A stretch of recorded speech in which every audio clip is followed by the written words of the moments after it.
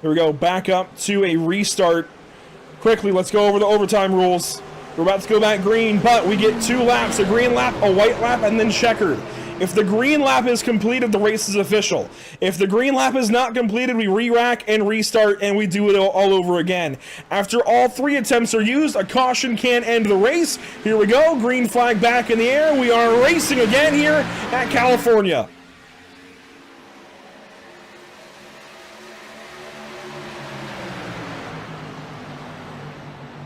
Already contact there with Joe Lawrence. He's trying to hang on. He pedals the car, but it holds up. No rainwater.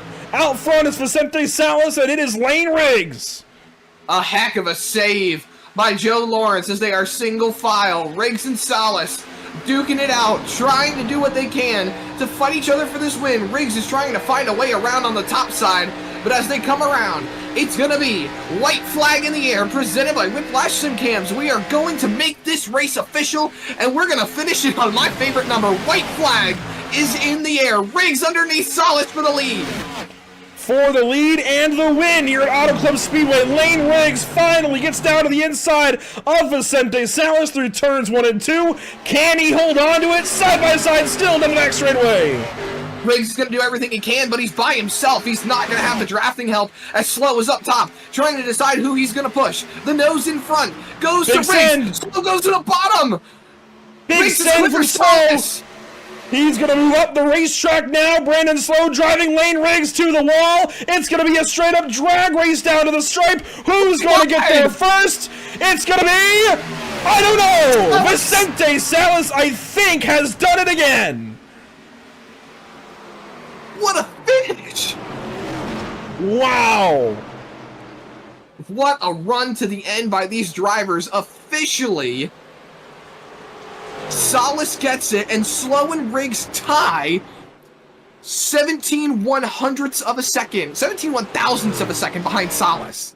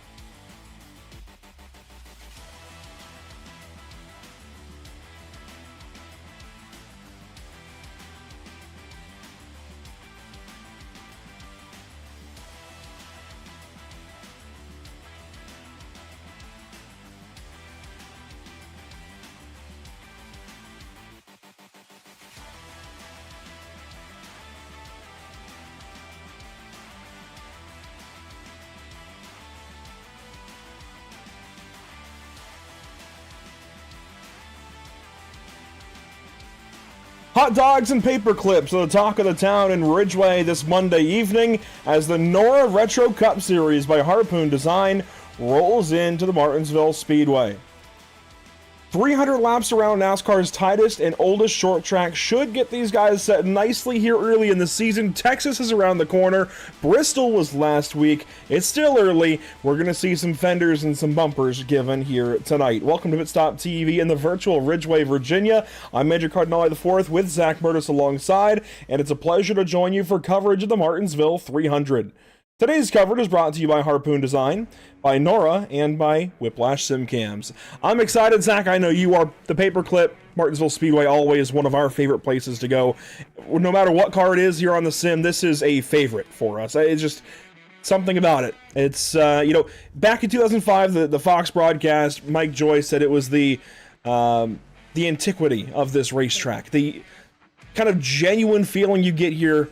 It's grassroots short track racing. It is just a tiny little half mile. You beat and bang. Try to get around here as fast as possible. That's all there is to it. It is such a cool racetrack, and man, it really does feel so fun to go here, whether it's in the sim or in real life. But let's get straight to it. Of course, the track map, here it is. Martinsville Speedway, Zach. It's tight. It's fun. It's gonna punish these guys. Martinsville hosts so many different racing series. We've got tour-type modifieds. We've got late model stock cars. We've got the NASCAR Cup Series, O'Reilly Series, and the Truck Series. We've even got Miatas that rip it around Martinsville. It is an all-drivers playground of a racetrack, especially when it comes to being a short track. I love this track. It holds a special place in my heart. It was the first race I ever attended in 2013 as a NASCAR fan. And the characteristics of this place, absolutely amazing. I'm excited for this one here tonight. Let's take a look at the point standings before we hit the grid this evening. Hunter Sr. on top, but not by nearly as much. Last week it was like a 70-80 point gap. Tonight down to 32 coming into this evening. Dustin Kleba knocked a big chunk of points out of his lead, but Dustin's not here tonight, so really it's tracking to Chase Durheim, and then it is still a pretty large gap back to the 16 car. Brian Jones back and forth. Ronnie Norman completes your top 5. I think there's a lot of guys, though, on the right side of the screen here, Zach, that are poised to still make the chase this season. Certainly, guys like Brady Motes have a lot of speed. Kyle Rochelle, kind of a long shot, same with Matthew George. But then there's guys I think are guarantees once we hit the summer stretch. Vincent Arthur, Ryan Housden, Dalton Tucker, they have been fantastic. Maybe even Wayne Sparks and Jared Skinner. So there's not a lot of positions in the chase this season. 10, maybe 12. These guys have to be on their A game here, and it's going to be a lot of fun to see how this season goes. Of course, we're going to schedule everything else in just a little bit, but for now, let's take a look at our ATVO starting grid as drivers start to roll off of the grid on the front stretch. Dalton Tucker will lead us to the green this evening in car number 3. Somehow that feels so right. He'll start alongside Kenneth Chaney there on the front row. It'll be Vincent Arthur, though, and Josh Conover in row number 2. Back in row 3, Kyle Tubb and Nicholas Pressey, and in the 4th row, Matthew George and Kevin Baumler. You can tell a lot of the same front runners up front here tonight. Brady Motes and Ryan Housden, they complete your top 10. A short track and a short run through as Kyle Rochelle rolls off 11th with Ronnie Norman at his outside, looking to keep that 7-car rolling. 13th and 14th on the grid, row number 7, you'll find Cody Smith and Noah Blackwell, who we saw get some recent good speed. Hoping to see more of that tonight. 15th and 16th on the starting grid. Right behind them in row number 8, you'll find Chase Durheim and Dustin Stallings making his appearance. We know him from the BRB Pro Series. Rolling off in the 17th position. Right behind him, you'll find Hunter Sr. and Brendan Maddox, another familiar face from BRB. And then 19th and 20th on the starting grid to round out row number 10 is Brad Fulheim and Nick Galasius. To the back of the field, how about Craig Martin in 21st, John Skavnicki in 22nd, then Jared Skinner, Nick Ham there in the 12th row. Firing a little further back, we'll find Wayne Sparks in the 5 car and John Border there in the 43. And to finish this out, Donald Kite, Jacob Gladulitz, Chance Durheim, Jake Christenberry, Joseph Andujar III, and Jason Steptoe making his return to the series this evening. Although he is not on the grid, he is not on the racetrack. I'm unsure what's going on there for car 01. A quick look at your Whiplash Simcams race details. There you go, 300 laps, 157.8 miles here this evening. The typical 77% fuel for a non-crown jewel race tonight. 10 change sets, The fixed setup as per usual, single file restarts. It's all the same as we've come to expect. Here we go. The field dips down into turns 3 and 4, comes back up onto the straightaway. Martinsville Speedway comes alive. 300 laps begins now at the paperclip.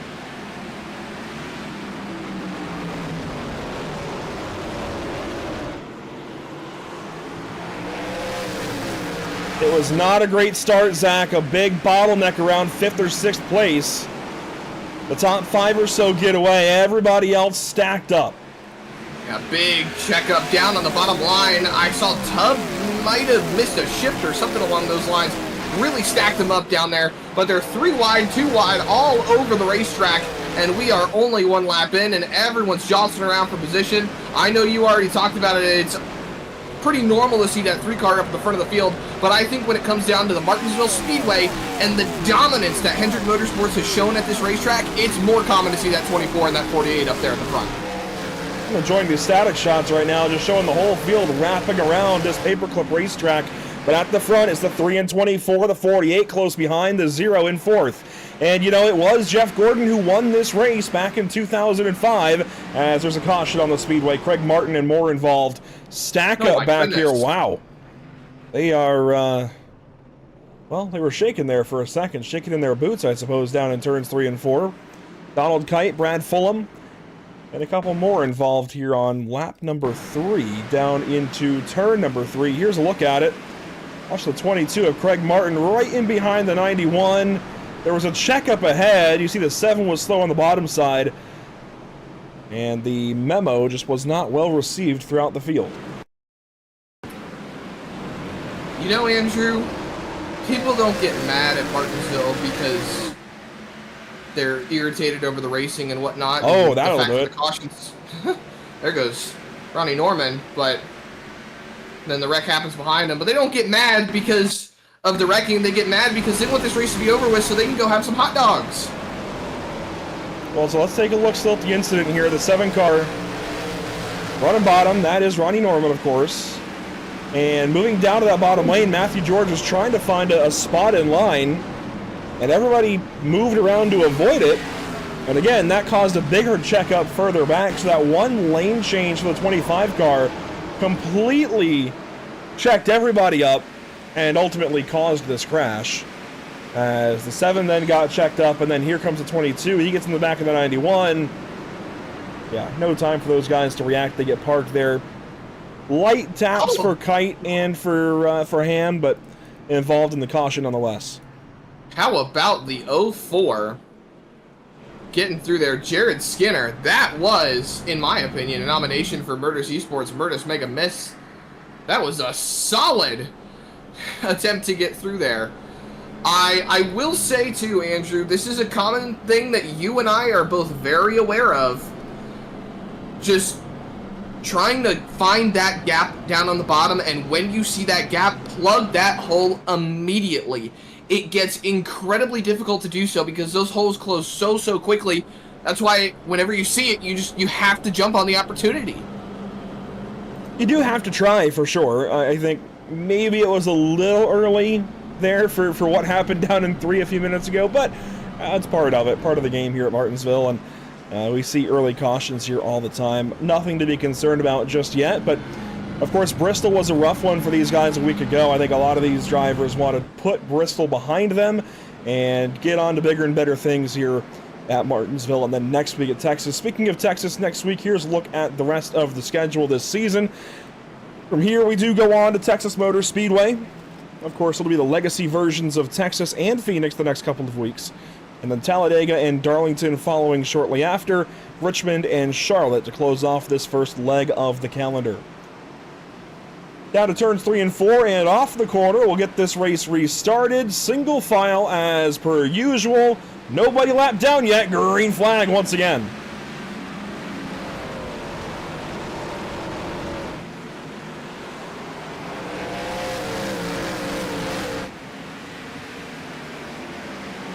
It's been a while since I've seen a proper single file restart at Martinsville Speedway. It's a sight you don't get to see very often, as there's a couple of battles going on throughout the field. as well as Rochelle and Moats, the highest of those fights. They are currently fighting for that 8th position. They were side by side for a moment. Rochelle ends up holding steady in that 8th spot right behind Tubb in that 32 car. And he's going to try to take another move right here down to the inside. He's taking a look, pokes the nose, but the 32 keeps ahead at corner entry, keeps ahead at corner exit. But look at that rotation. Look at that center exit speed that 12 car has. He is rolling up on the back bumper of these race cars in front of him, trying to find a way to use that momentum to push himself forward without really having to use the bumpers this early in the race. Yeah, you don't want to use these bumpers if you don't have to. Of course, we learned at Bristol a week ago, right? They don't line up. It's easy to shovel somebody off into the corner as Rochelle finally gets to the inside of Tubb. And we'll move on by the number 32, who is currently in the chase. At least if the chase were to begin today, but it will not, so no worries there. Brady Moat's going to follow through. Or at least try. Hard on the brakes there to turn number 3. So far, these guys are all minding their P's and Q's very nicely, I gotta say. This is good to see patient racing at the front, but they are still racing. It's not like they're just sitting in line and afraid to make moves, Zach. They are racing. As Rochelle got by the 32, now Moats goes by the 32, or at least tries to complete the pass. This puts Cody Smith in line next. I mean, they are racing, just gingerly. I like that. Absolutely, and it's hard to race gingerly in this car, Andrew. I took a few test laps myself, and it's a noticeable difference from what is now the new norm of racing. You can see right there, watch it, that nose plants right into the corner. What they used to do earlier in the years, back in the grand old year of 2005, they would run the ride heights a little bit higher up in the front end to help out with just how the car handled throughout the course of the race. And as you watch them go into the corner, that nose will just plant right there going into the corner. You feel a heavy load on that right front brake, especially on that right front tire as well. And it creates a sense of you really need to epitomize braking in that straight line, being able to mitigate that tire wear on that right front and keeping that nose underneath you as the race goes on. That's why I'm going to be a big advocate throughout these 300 laps of center rotation and exit speed. Up the racetrack there goes Cody Smith. He does get by the 32 though of Tubb, and Tubb nearly repays the favor there to turn 1. They keep it rolling smooth. At the front of the field, Dalton Tucker leads in that number 3 car. It's the 24 and 48, second and third. And Zach, I've been trying to do my homework as much as I can this season. Go back and watch races from 05 and compare them what we're seeing this season here in the NORA Retro Cup Series. And obviously, I understand there won't be much correlation because this is sim racing. All these cars are equal.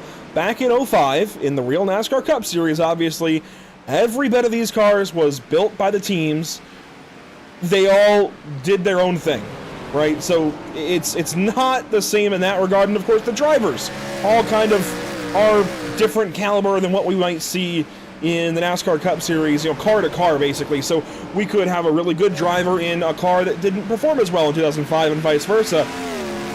That said, the 24 car struggled big time. Early overheating issues, and we saw overheating issues throughout the race in 2005. The 24 went a couple laps down early, was able to rebound and get the win late. But it was the 19, the 2, the 20, even the 18 that dominated that race early.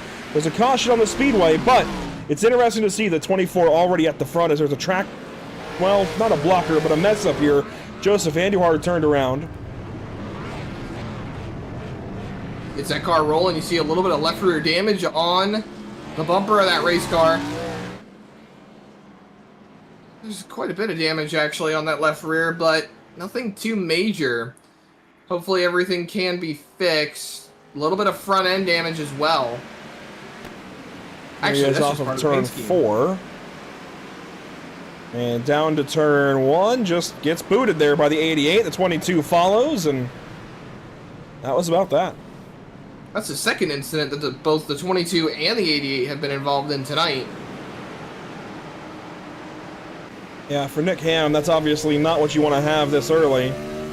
He's quite a ways back and really closes in quick. Deep on the brakes right there. Also, Zach, you might have noticed a couple of iRacing builds ago, and there is a new one tomorrow, so iRacers beware. But a couple of iRacing builds ago, the old club system was done away with, and it was done away with in a hurry. And we had to scramble pretty quickly to get graphics done to fit the new flag system on iRacing. Now, for the most part, drivers typically select the flag that belongs to them, whatever they actually represent, whether it's the United States, Canada, what have you. See US, US, US, US, US here at the front of the field. But when we went back to the 88 car, there's a new one that I had to go make today, because apparently some of these iRacers like to be fun and select the Vatican City as their region they'd like to represent. So I saw that we had some that weren't getting represented properly, and I went ahead and made the Vatican City graphic today just for Nick Ham and a couple of other drivers that like to use it across the leagues we cover. But I never thought I'd see the day that I have to search the Vatican City flag on Google. There are racetracks bigger than Vatican City. There are. It's a very, very small and country. This is another one. St. Lucia. This scheme, I totally... We'll get to the scheme in a second. As far as the St. Lucia graphic, this is another one I did not have on my bingo card of having to search and create here in 2026, but Chance Sturheim apparently electing to select St. Lucia. We'll talk more about his paint scheme here in a moment. For now, the field is into turns 3 and 4, and we're about to get racing from the fan cam here. That should make Brendan Maddox happy. Green flag on the way, 25 down, 275 to go.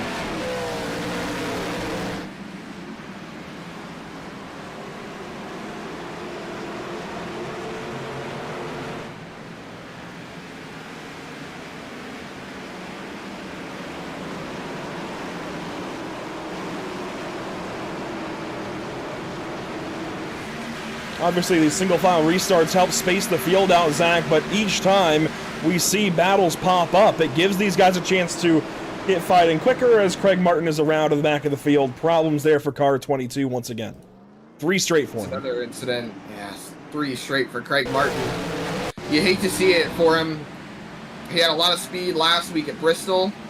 He's been trying to find some consistency as well. It's one of the Canadian drivers. This is off the restart. Looks like there was a big jumble up. 17 of Durheim gets up into him. They're 3 wide for a moment as Martin runs way up against the wall. He's all by himself here. And then going down into turn 3, oh, it just snaps around on him on the rear end. Might have just used too much brake through the center of the corner. I don't think it's talked about enough, Zach, but I think there is instability here at Martinsville when you cross over that seam of concrete and asphalt. So watch him here. He's going to have the right sides right on that. That's going to upset the car a little bit. It's a common issue that we've run into at different tracks frequently, especially at tracks like Auto Club Speedway or Michigan. They have seams in those grooves that will snap these cars around. So some pit stops here. Andujar is in. Pullum is in. Craig Smith is back in the pit lane. And looks like Donald Kite will not pit this time around. He has hit the pit lane a couple of times after the couple of cautions that he has seen around him tonight. But you were talking about that 17 car. I'll give you your moment here, Zach. There it is. So, when I was growing up, and I still have this car, there were early attempts at some of like the Hot Wheels color changer cars. So, this specific paint scheme I have as a kind of heat-based color changer, where if you put a little heat on it, it switches from that bright brown golden glow to the sort of yellow that you would see on the DeWalt scheme that Matt Kenseth used to run in that car. It's something that really stuck out to me when I jumped into the session before we hopped on the broadcast. It really caught my eye, and I know we're not doing MX Rap's Best in Show for tonight, but if we were, that would be my #1 pick. Fair enough. Speaking of MX Raps, we do have MX Raps himself. Well, it's a joint project, Brendan and Zach Maddox. We only have one of them here in the race tonight. Hopefully we can get Zach in later this season, maybe. I don't know. But Brendan Maddox has joined the NORA Retro Cup Series. There he is in car 34. He has joined as a teammate to his, well, teammate, Dustin Stallings, at what is Mach 1 Motorsports. They have filled in the 34 and 96 entries here in the grid. Out of turn 4, restart again. 3 of them here quick within 31 laps. Green flag off the corner, restart zone. We're racing again at the paperclip.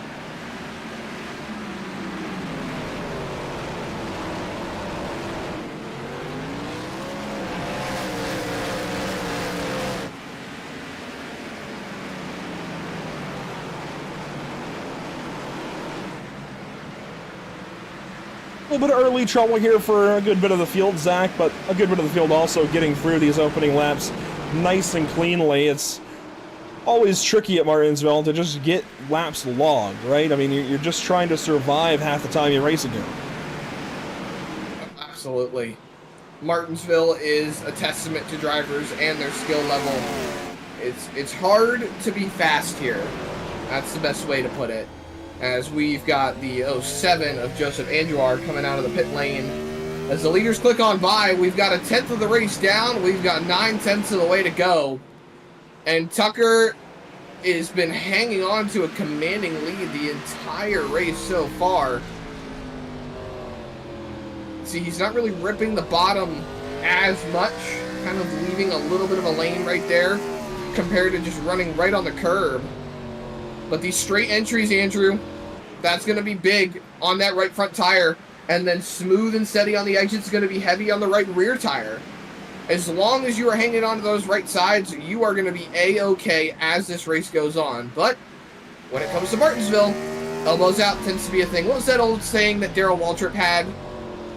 If your right side's scuffed up, you've been in the wall. If your left side's scuffed up, you've been in the way. Similarly, I always heard if your nose is beat up, you were making passes. If your rear bumper is beat up, you were in the way. I think that's a Dale Earnhardt quote. I'm not entirely sure, but your top 5 currently, Tucker, Arthur, Conover, Pressey, and Cheney. So a bit of a mix there of teams throughout the top 5. Following them, it's Rochelle, Baumler, Moats, Smith, and Tubb. So again, a bit of a mix throughout the top 10 to this point. Weather conditions for this race, there you see, 65.8 degrees in the air. 99 on track. I noticed during practice these guys were already in the 90s as far as track temp. I think that'll go up as the day goes on for just a little bit here. It's still pretty early in the sim, only 1:36 p.m. I think we'll see that temperature creep up a little bit more. Yep, there you go, up to 100. So that might hurt these guys a tiny bit, Zach, as the day goes on, but just going to make it a little more fun for us. A little more challenge for them, makes it more enticing for us, more intriguing for us as the day goes on. Partly cloudy skies, obviously no rain in the forecast. Trouble there for Christenberry off the corner. Gets it woed back down behind Skavnicki. Skavnicki's got a new paint scheme on that, number 38. There it is, a Combos Ford Fusion, or Taurus, I guess, not a Fusion. About to get swallowed up here by a couple of cars behind him. Almost went 3 wide on corner entry. Now look at Durheim making a move down to the bottom, but around the outside, Sparks in the 5. Now, we talked about the Hendrick Motorsports group and how Hendrick Motorsports has a very stacked history at the Martinsville Speedway. This is one that we didn't expect to see. While both his teammates run up front, Sparks is a little bit further down outside the top 20 at the moment. Looking to see if he can rebound that 5 car and get a little bit further up in the running order. You know, I'm going to have to check stats. I can't recall Kyle Busch ever winning a cup race here. I don't think he has. Here. Well, I'm combing through wins for him now, but okay, yeah, 2016, he did win 1. And the 2017 fall playoff race. Also yeah, that was one scroll down. 2019. That was one scroll down, was the 2017 race. So it took him a while, and it's been a while since.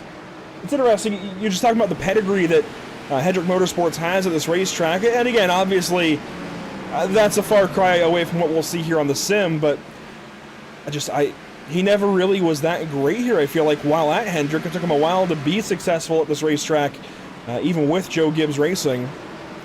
And it was a couple of years there where he was fast, and then it kind of tapered off. He's been great at places like Bristol, obviously, and then even Richmond. He was fantastic at Richmond there for a bit, but yeah, I can't recall Kyle Busch ever being fantastic, I guess, at Martinsville Speedway. That's neither here nor there, though. The front of the field starting to space out as this race goes on, and they are approaching the back end of the lead lap cars. Slowly but surely here, Zach. It looks like Brad Fulham will be first up on their list. There you see the leaders just out of camera shot. And Fulham is a little bit further down the running order than he would like, I suppose. He got involved in that first wreck of the day. That big stack up over in turn number 3. Has kind of had a low-key day so far, these first 50 or so laps. Been low-key because he's been in the back. It's not been a great day so far for the 91 car, and his teammate Brian Jones went and got that win back at Atlanta Motor Speedway. And his teammate Dustin Kleba got a win last week at Bristol. I don't see the 19 here this evening of Cody Reeder, so as far as Evernham goes, Brad Fulham flying solo here tonight. And it is not looking good for the number 91 car, buried back here in 30th spot. 31st currently belongs to Joseph Andujar. He is 3 laps down, racing right behind Brendan Maddox. So again, not a good day for this driver, as he's about midway through the pack, actually going to the inside here of Brendan Maddox, who's loose there off the corner. And Zach, of course, we know this guy, Brendan, very well. He and Dustin Stallings, teammates over there in BRB, but these guys I don't think know him too well yet. He's still learning this race car, coming to grips with it. It's a hard race car to handle. I was actually talking with him earlier today about how to best handle the race car, and you know, he seemed confident about what he could be able to do with this machine. And I told him, you know, there's a couple of things that you can try to help improve your pace, things that could hopefully help you adapt to this race car a little bit better. You can see him having a big wiggle there after running high through 3 and 4, but you know, I tried to give him a couple of pointers and lead him in a good direction, and hopefully those things are helping him out as he drops outside the top 20 for the first time so far today. His teammate, though, Dustin Stallings, has had a relatively low-key day as well. He has only moved back a couple of spots. He's sitting in the 18th position at the moment. And there's a look at Dustin's car, the 96 here this evening. Dustin, a Season 4 champion over in the BRB Sundance Pro Series on Tuesday night, so he knows how to get it done here on the iRacing.com sim. He's been trying his hand at some Road to Pro lately. Has been a little more part-time on the BRB side, but Dustin, we know, is definitely a wheelman, and I think we'll get this thing figured out. I think Brendan will too. Brendan actually just won the most recent BRB race last week. Now, that was their finale for Season 5, so... Oh, Dustin, a little free there on the straightaway, and that is a problem with this car, is you can absolutely get loose on the straightaway. I don't think guys expected it first. It's just so hard to drive, as Nick Gillis has a problem. He was all over the racetrack there between turns 2 and 3, gets it woed back down, but he is definitely struggling. Talk about struggling. I have in front of me the finishing order from the 2005 race at Martinsville. As we all know, Jeff Gordon won the 2005 race. He actually swept the races that year in 2005. The number 9 of Casey Kane finished second, so we have the number 9 on the track at the moment, don't we? No, we do not. Dustin Kleba not here tonight. Ah, okay. So then next up would be the 6 car of Mark Martin. LJ Hernandez, not here. So then it was the 12 car of Ryan Newman. That's Rochelle. He's sitting in the 6th spot right now. Then you had Sterling Marlin in the 40. No, hold on. I jumped a couple spots down. 5th position was the 2 car of Rusty Wallace. Then in 6th was the 40 of Sterling Marlin. Then the 21 of Ricky Rudd. We do have the 21 here tonight. Donald Kite runs back in 24th. That is true. And then the 48 of Jimmy Johnson was 8th. The 38 of Elliott Sadler was 9th. And then the 01 of Joe Nemechek was your top 10. Meanwhile, these guys are lapping some drivers. Fulham has dropped out of the race. He is now 9 laps down. He has parked it. But John Border is still with us. He has gone a lap down, though, and has fallen back behind the 42 of Cody Smith, who is 8th. So Border a lap down, dropping through the order big time in that number 43 car. It was Jeff Green driving that car back in 2005, and he had a couple of spins here in that race 21 years ago.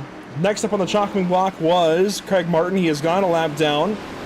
Oh, way up the racetrack goes the 22. He's having a rough time. Hey, at least he gave way to the leaders. There is that, for sure. Next up for these guys to lap will be Nick Ham and Jacob Gladgelich here, and then Brendan Maddox even. These three running together here at the back end of the lead lap cars. They got a little more time, though, a few more seconds to the leaders, as Maddox's car is really not handling right. He is down to 27th position.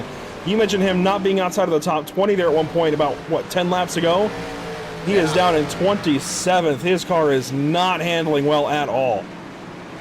It's got to be just using up the rear tires a little bit too much, more than likely, because he's snapping very, very loose. Let's listen in.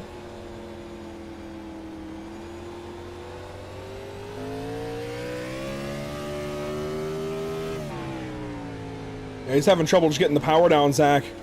He's having to wait a long time for it to point around the corner to get back to throttle. I think that's a big thing that ideally we'd change on that 34 car, but obviously he's limited to what the tires can handle at this point. These guys have run, 65 laps now on this set of tires. Granted, a few of those were caution laps. Yeah, you can tell Brendan's having trouble getting the power down to the ground on these straightaways. And unfortunately, he's going to be stuck in them for quite a while. These guys still have about another 30 laps on their fuel run. We had, what was it, 90 to 95 laps on the fuel run, just about. So he's still going to be out there for about 30 more laps. And realistically speaking, well, there it is. The point that I was about to bring up. He's going to end up getting lapped. And we'll list it in here for Vincent Arthur and see how he's doing on the throttle. Of course, he's chasing Dalton Tucker. You'll see them lap the 34 here in a second. It's much smoother for Arthur. And so I wonder if it's a matter of application there for Maddox, or if he has just burnt those tires up, where he can't even smoothly apply the throttle on the straightaways. But there are some audio differences there between the 34 and 24 as to how they're taking this racetrack currently. But the 34 will drop a lap down. He's actually hit the pit lane there. Never mind. He goes down to the inside, giving way to the leaders on the outside. Yeah, but that's going to hold them up a little bit. That's going to allow Vincent Arthur to close in just a tad. We're going to run into the same problem, realistically, that we ran into Bristol last week. It's a very tight racetrack. There's not a lot of space for these guys to move around. So when it comes to lap cars getting passed by the leaders, you have to expect that there might be guys that'll give you that inside line, but there might be other guys that hold down on that bottom line if they think that's where they're going to be the most predictable.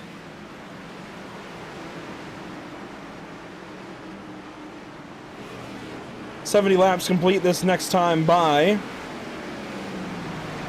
Of course, we talk about these guys having about 90 to 100 laps on fuel. That will be extended if they decided to save fuel under the cautions. Really, even if they didn't, just because they're running slower, they'll be able to go a little bit farther. Caution. That'll change things up. That actually saves Brendan Maddox as Craig Martin is around for the, fourth time today? Involved at least for the fourth time. This has not gone well for the 22 car. Oh boy. No bumper on the front end of that race car. He is parked right there on the apron. Now in 2005, that was grass until they decided to put some concrete in there, use it a little bit more for some sponsorship promotion. He's going to back up onto the racing surface. Finally, I was going to say, at what point do you just tow? And then he finally found a gap.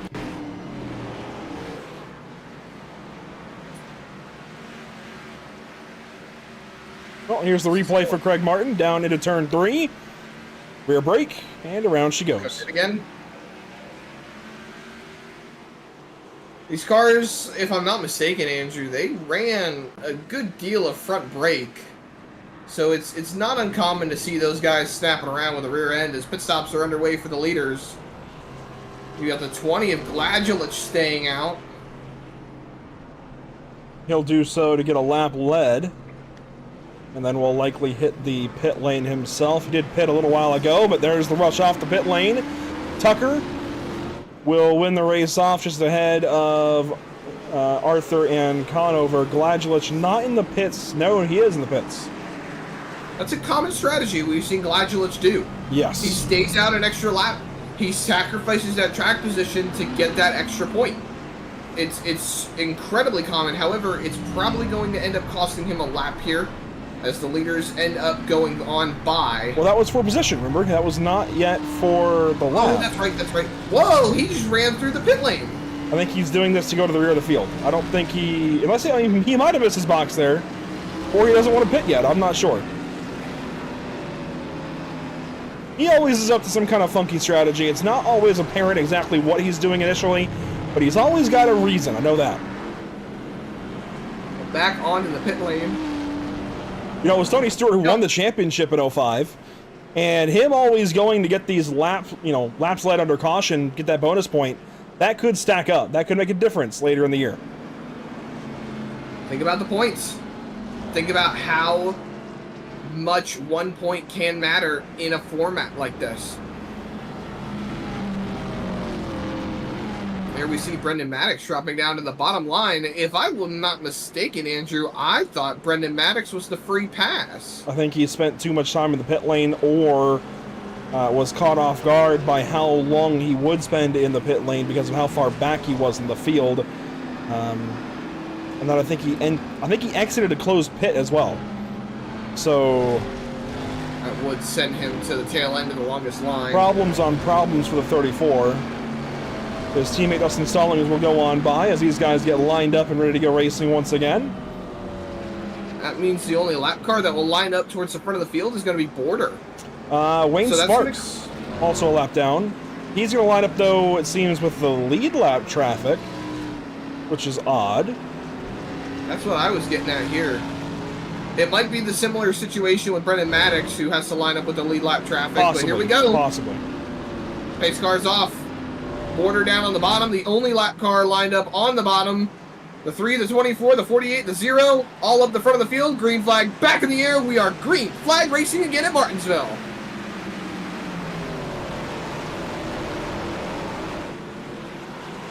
And back to caution already. Kristen Berry and Ham turned around front straightaway. They never even made the green flag.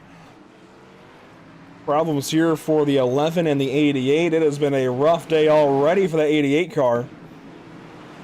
Here is the look at it for Kristen Berry. He's behind Ham.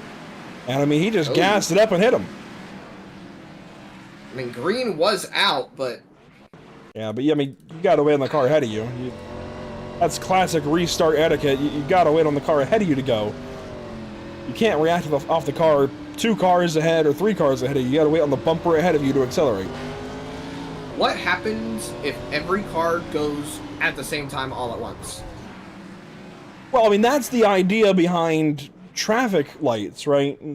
Technically, but this... I'm not really sure where he was trying to go, because he also poked to the outside there, like he was trying to make a pass. And there was a checkup there at the 04 and 21. Maybe that's what Ham was reacting to, but that was a whole lot of odd off the corner. And frankly, Zach, let's be real here. These guys are back here behind the 21, who is currently scored, let's see, 22nd. So at best, these guys are 23rd. This is not necessary for 23rd position. No, it is not. I think that's the big thing here, is you don't need to be chomping at the bit quite that much for the restart in 23rd spot with 220 laps to go. I mean, that's just not quite necessary. So I think maybe a lesson possibly for Kristen Berry. Just be a little more patient. I know he wants to get going. It seems like he has more pace than the position he was in there for the restart, but you got to let the race come to you, and now he's going to have to get some repairs and try to get back out before the pace car. Let's see, you can just see the pace truck there over the pit wall. And on average, Andrew, you can only get about 20 seconds worth of damage fixed here at Martinsville per pace lap. And that is if you catch the field. This is a larger field, so you might only be able to get a little bit less than that. But if you're up at the front of the field right behind the pace car, you're looking at about 25-30 seconds that you can get fixed on that pit lane. Wayne Sparks going to file up underneath the leaders.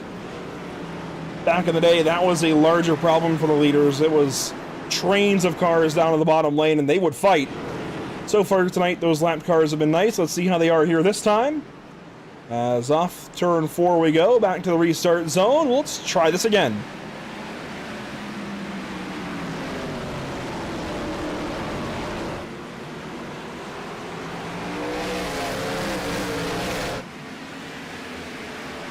That turn 2 view, Zach, one of my favorite in stock car auto racing.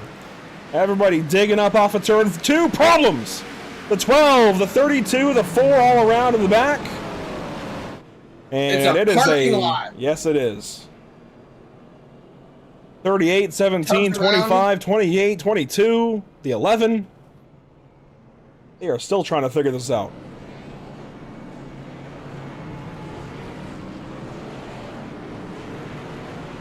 And there they go. So trouble back here for a large portion of the field. It seems to have started with the 12 of Rochelle. He's back here behind Smith. He gets deep into the 42. And then off the corner, Tubb gets him. It just spins him right around. Chase Durheim gets a face full of Tide. Ronnie Norman gets a face full of Lucas Oil. How about Ronnie Norman, though? Did he make contact with the 4? Yep. I was just saying, he got a face full of Lucas Oil.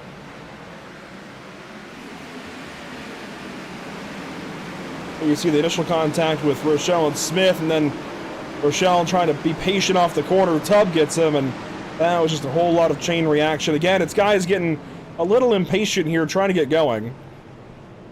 And I get it, but there's still 220 on the board. That there are. Let's go back down into turn number 3. Just gets in a little deep. Did a great job of everyone keeping it straight, but Tubb just gets a better rotation through there and doesn't really check up.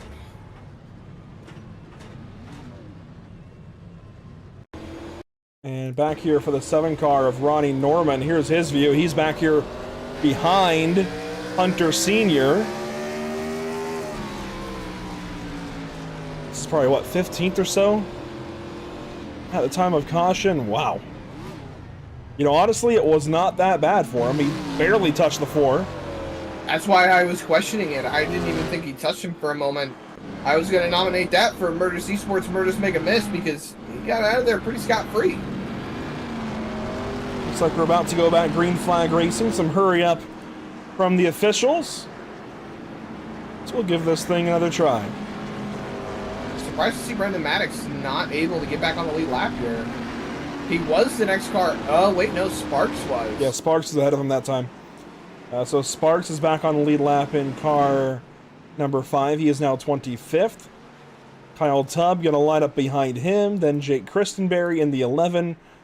And then Brendan Maddox will restart alongside leaders. Here we go. Restart zone. Maddox and Martin down low. Leaders single file once again. Let's try to get this race going again. 214 to go at Martinsville.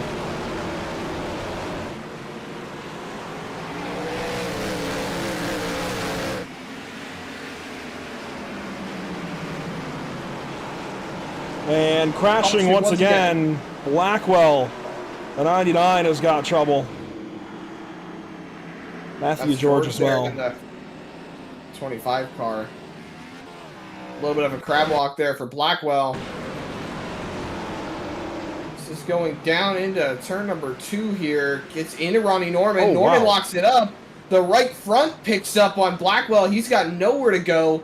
Goes right up into Matthew George. So Norman did a great job of getting it slowed down so he wouldn't spin out, but in turn they still made contact. And well, if you watch the Phoenix race from just yesterday with the NASCAR Cup Series, very similar to Alex Bowman going up there, or Anthony Alfredo, excuse me. Big hit there for Blackwell and for George. Everybody scattering to miss all of that. There were two spins that really did the 99 car in 21 years ago in this race for Carl Edwards. He was fresh off that win at Atlanta that put him on the map. And then he had a spin on his own from a flat tire, and then a spin on his own from a mechanical issue in which Hermie Sadler made contact, significant contact with the front end of the 99 car. That was just about terminal, put him out of the race for a handful of laps, and really impacted Edwards' day. This, very different root cause, I suppose, for Blackwell, but the result will be similar. Blackwell going to be out of this race. Well, maybe not out. He's going to continue on, actually. Here's the list of cars coming off the pit lane. Christenberry, Blackwell, and George. I'll tell you what, though, that 99 is definitely wounded. But, Zach, we have just a little bit of time here in order to hit our power rankings for the first time tonight. We've not been able to do so just yet. Now, if you recall, last week going into Bristol, Hunter Sr. was still on top with a score of 75, all right? Tonight, 65.4. It's dropped a bit. Hunter Sr. still on top, though. Dustin Kaleba in that second spot. Of course, Dustin not here this evening, so then it falls down to Cody Smith and Brian Jones. Jones also not here tonight, so then it falls down to Kenneth Cheney to change things up and get a good result and go for the power rankings lead, potentially. Hunter Sr. is down in 11th. Cheney is currently in 5th. And Chase Durheim checks in next at 6th place. He is in 10th right now on the racetrack. Conover, of course, up front. Kites had a couple of issues. Arthur runs 2nd, and Tubb has been toward the top 10 until that crash we saw him in a couple of cautions ago. Here we go, though, off of turn number 4 to get this race restarted. Still over 200 laps to go. Green flag once again at the paperclip.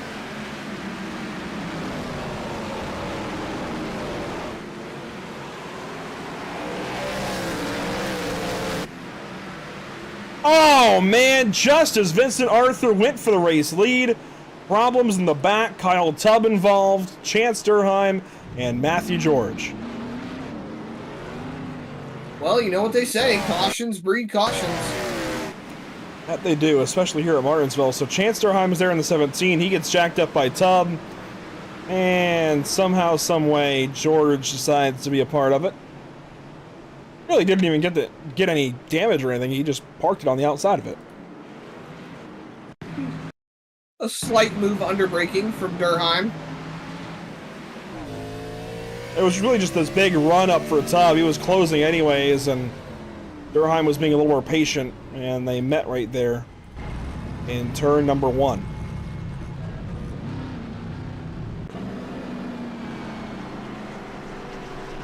It's a little bit slow going here at Martinsville. That's for sure, but we can go ahead and dial up a driver or two, shall we, Zach? Yeah, I say we go for it. I want to go to somebody that we haven't spoken to in a while here, if we can. Yes, we have not spoken to him in a little bit on Pit Stop TV, regardless of the league he runs. That's going to be Dustin Stallings. I just want to hear from him on how his first race here in the NORA Retro Cup Series is going. Dustin, I know it's been a little bit of a troublesome day so far for your teammate Brendan Maddox, but for you as you're at the pit lane here, what's it been like out there in this Retro 2003 Cup car? It's been a handful, to say the least, that's for sure. But I'm just kind of just riding around, taking my time, and just learning this car. I didn't get to do much practice before tonight, so I'm just winging it right now. How hard is it to truly drive this race car? I know it's obviously not easy. I mean, these things have a whole bunch more power than today's Cup cars and a whole lot less aero. Oh, yeah. Definitely got a lot more body roll in the corners, and the horsepower is a big difference too.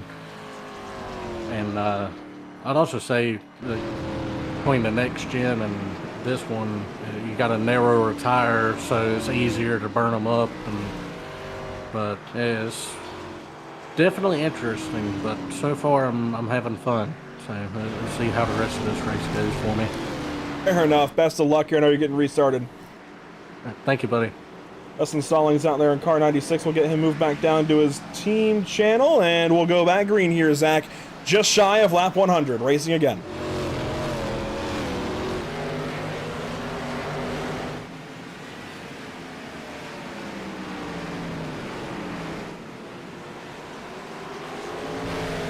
And so far, that lap goes a bit better. Battle for the race lead still. Dalton Tucker and Vincent Arthur. They were just picking up that last time, Zach. They nearly had side-by-side racing. Arthur was poking to the inside of Tucker. Now he's stuck behind him. I know Arthur is just wanting to get by him at this point. I feel like that's the only thing on his mind is just get by that 3-car. He knows he has the speed. He knows he has the ability to do it.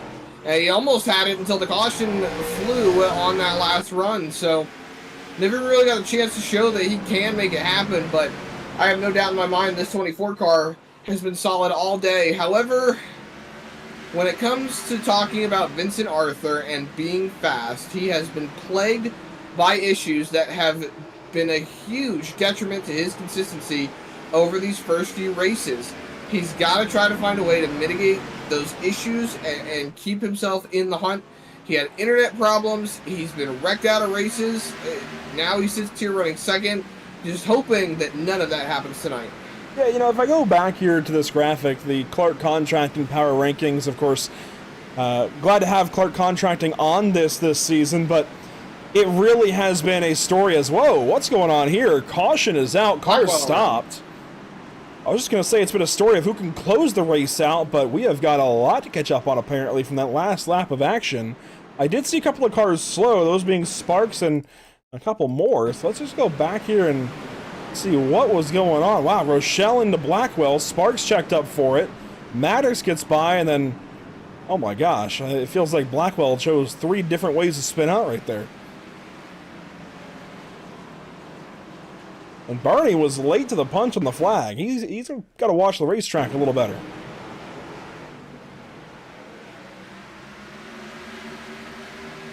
So here into turn 3, you see Rochelle just into the back of the 99 car. Goes around there, comes around here. Finally, eventually spins.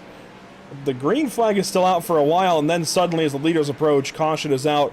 Also, though, Tubb and Martin into the pit lane there. I'm surprised to see Tubb down there, specifically. I'm not sure why he pitted.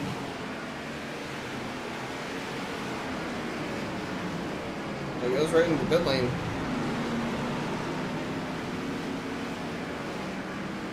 A whole lot of wacky going on with that caution, but this puts us back out of yellow now for what is, I believe, the 6th time? No, oh man, 9th time. That is not ideal. The 36 laps so far. 2 lead changes, though, in that amount of time. Granted, on the racetrack, it's only been, I guess under green, rather, it's only been Tucker out front. Gladjulich had the lead briefly under caution. Still a while to go, Zach. And these guys, some of them not making friends. I think that's fair to say. In a way. But that's Martinsville. Short track tempers tend to be apparent half the time, so you just gotta live, learn, and roll with the punches when it comes to short track racing. It's funny, I'm listening into driver radio, and I'm hearing drivers talking about it, asking if there's rain in the area. Well, they wouldn't even be to official distance yet. They got to hit it halfway first.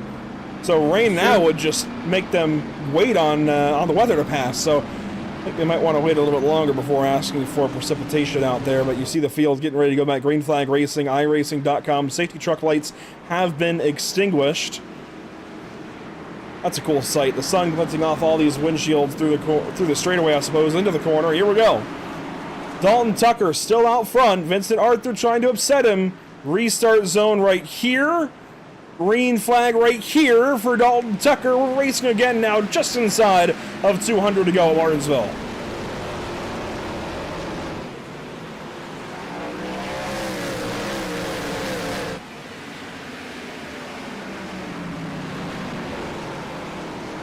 Real close there to turn 3 for Tucker. He's trying to find a way by this 3 car. Not happening just yet. I feel like if these two can properly just race it out at any point this season, it's going to be shades of the 90s, the 3 versus the 24. Dale Earnhardt does have a couple of wins here at Martinsville Speedway, but there's one driver that has recorded the most all-time at Martinsville Speedway. That would be, if I'm not mistaken, that's Richard Petty in the 43 car, and then it's Waltrip, and then Gordon and Johnson are tied on Martinsville wins.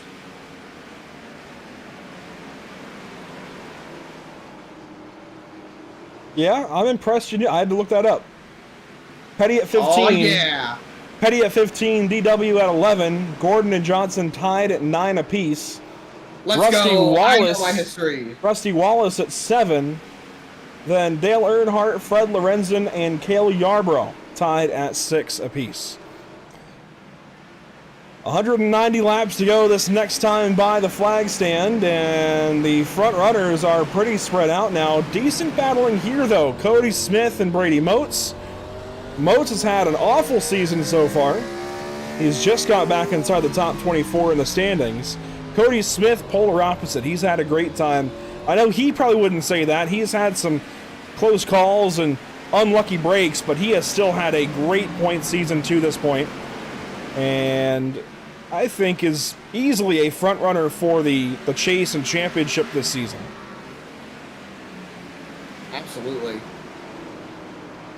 I mean, we're starting to roll up on halfway as well, and I think these guys up the front, like Smith, like Motes, like Baumler, that have been up here for a little while, I think we're going to start to see them really lean more into their strategies, I'll say, because once you get past halfway, there are quite a few guys that like to think it's a bit more into crunch time mode. Maybe we need to pick it up a little bit. Maybe we need to get a move on, get ourselves in high gear. So it's been a challenging race, I'll say, for a lot of these guys, but some of them are just taking it pretty smooth and steady, and I like it. Smith a look there on the 8. I almost said of Earnhardt, but of course of Brady Motes in the 8 car this season. And Smith's going to dive there to turn 3. I think Smith has got a better car right now, better tires possibly, and seems to be faster, but Motes now has the outside. It's always tough to pass on, well, any lane here at Martinsville. I almost feel like in this car you might want to get to the outside, not the inside, because if you can hold a guy down on entry and exit, that might just be enough.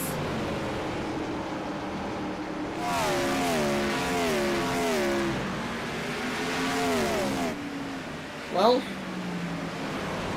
I had a thought there for a second, and it just went out. Well, I think in reality, back in 03, 05, whatever, I think these guys, if you did get to the inside, sometimes you would see passes made down there because guys would just kind of let the car down there go. But in iRacing, well, guys like to fight a little bit harder than that, and we also don't have maybe quite the right tires on these cars. So I think honestly, maybe if you can get about halfway up somebody's door on the outside, that might be better than even just getting to the quarter panel or even to the door on the inside, because you can hold them down and just gradually get better runs off the corner. Entry. Yeah, pinch their entry, their exit, get better runs off the corner and get ahead that way. It's weird how real life and iRacing are so similar yet so different. It's like I was saying earlier, prioritize the center rotation, the exit off.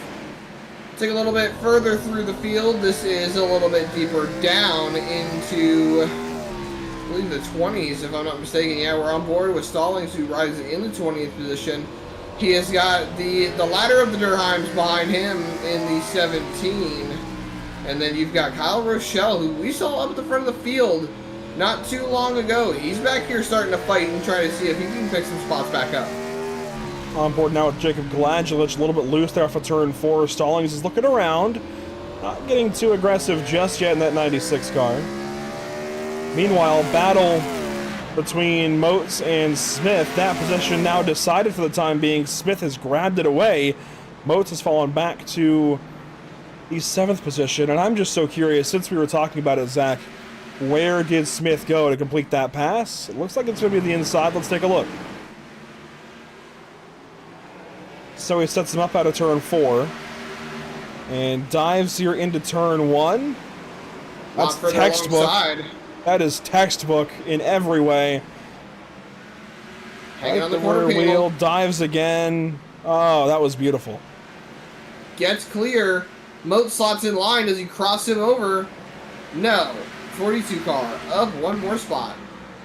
That is textbook Martinsville racing. Smith now going to work on Kenneth Cheney. You caught it at the end of last week's race, Zach, at Bristol. Cheney and Moats had a moment at the end of that one. There were some tempers in Discord after that race. That's an understatement. So I think it might be good that Smith is now splitting those two up, but Smith tried to change that as he wants to go buy the 14 car. Here's the battle for the 5th position. You never know what can happen. Oh, that's contact nearly. Smith hard on the brakes. He straight lined that. We'll try it again. Down into 3. I love the intricacies of battling here. It's never a dull moment. You can say that again. Down to 1 and 2. Cheney goes a little bit more defensive into 1. Smith is going to try the crossover here. Gets the nose underneath the 14 car. Now has the inside line going down into turn number 3. They're going to be side by side. Smith goes up the racetrack ever so slightly. They make contact. 42 is loose. They still got the nose in there, so they may stay side by side here for a couple of laps. And behind these two, it's a DEI train. Of course, Tucker leading the race, but then it's Moats, Baumler, and Housden. 3 DEI cars in a row as Smith kind of clears up, says, I'm out of here. I finally have position. I'm gone. And Cheney now has to settle for that 6th spot. Brady Moats on his inside.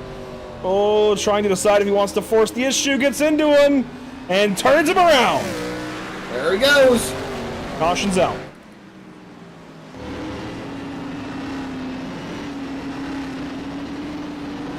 I don't want to say this is tempers from Bristol, but it really doesn't help the case.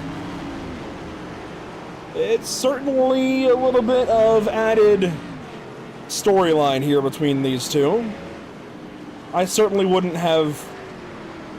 I wouldn't call it intentional between the 8 and 14 at all. I mean, you could see Moats was hesitating there into the corner. He was not trying to hit Kenneth, but of course ended up doing so. This is down into the corner. You can see he's kind of hesitating right there, backs out a little bit, then hits the curb. That's what does him in. He hit the curb pretty good.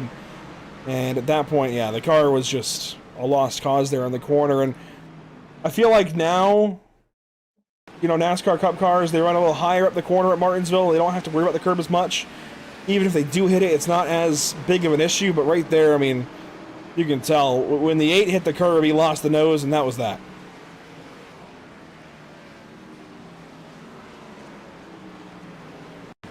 Let's see that from the fan cam.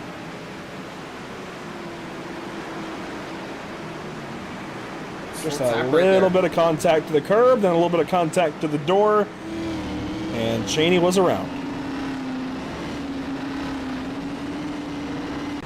Thankfully, minimal damage, if any, to that race car. Pit stops, though, for most of the field. Tucker stays out. Gila stays out. Durham stays out. That's Chance Durham. But then Vincent Arthur comes in. And it looks like he's going to take 4 tires of fuel, get back on the racetrack. What do you say we dial up the number 3 then? See if we can get a quick word with the driver who is going to restart ahead of the entire field on some old tires. Let's see if we can... Hey, what's the commentator's jinx? Oh, no. Why can I not get him into channels? Here we go. Let's bring the driver of the 3 in real quick. Dalton, of course, everybody kind of duped you there on that pit cycle. Most of the field going for Ford tires. Are you concerned at all with your Warren tires? Oh, yeah, absolutely. Obviously, it seems like you guys are having trouble, I think, in general, getting power down on exit. What's it been like for you? Yeah, you try to save early, but it's hard to when you got Vinny behind you running as fast as he is. Fair enough. I know we don't have much time. We'll move you back down. Best of luck. Thank you. We'll get Dalton Tucker back down there in time for the restart. Here we go, Zach. Dalton Tucker leading the way. Never mind. Pace car lights are back on.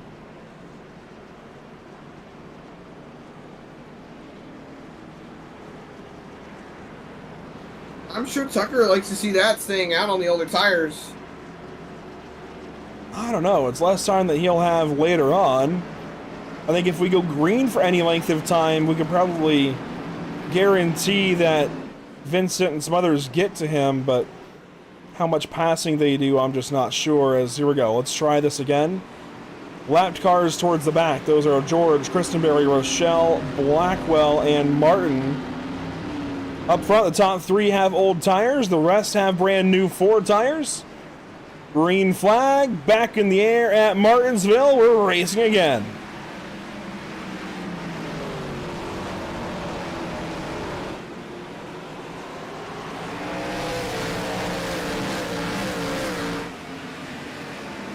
And already there goes the 24 to the inside of Chance Durheim. That is for third position. Looking to gain those spots back. Rebound after the pit stop. And that's been one of the fastest cars all race long, so expect him to make quick work of these guys.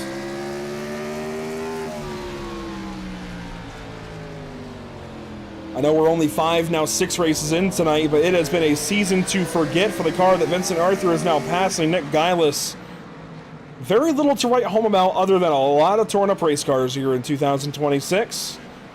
Really not his own doing. He even had a sub last week at Bristol in Joey Stats, and even that didn't go well. It's just been a lot of bad luck for the 28 car this season, and you could say maybe that's because he's running the 28 and not one of the Penske numbers, but hey, it's a little... Let's see where the 28 car... Oh. We heard that. We heard that. Oh, excuse me. Oh, contact! Smith gets into around. And the 17 backs it into the outside wall. That's a fair bit of damage, but it could certainly be worse. I was going to say, Andrew, I had some chicken for dinner. I guess it got the final word, huh? I guess so. Unfortunately, for Durheim, the bumper got the final word here. As Cody Smith goes into the corner. Really not even the bumper, just the fender. Yeah. Smith just missed the bottom. Pretty much. This would be a better angle to describe that. You see Smith kind of pulls away after he sees Durheim hit the wall and then just misses it under braking. There she goes. I think Chance right now is happy that that is far less detrimental here on iRacing than it would be in reality. You back a car into the wall here at Martinsville like that, and that's pretty much the end of your day. I mean, I think with as low speed as that was, he would still be able to continue, but it would be a significant amount of time in the pit lane getting repairs, possibly even in the garage, Zach, for a little bit of time at least to get that car fixed up and back on the racetrack. But Durheim, he is going to go a lap down, it looks like, I think, just to make sure that car is fixed up properly. Is that left front on the ground? I think that's just the way these cars sit. I was going to say, it looked very peculiar for a moment, but you know, you hate to see it for the 17 of Durheim. And speaking of the Durheims, though, I wanted to take a little note here at Chase Durheim in the 16. When I was turning some practice laps before the session started, I was running around Chase Durheim, and I noticed that he had some exceptionally well rotation and corner exit speed. I felt like he had a really good time and did a really good job of just executing corner exit really well.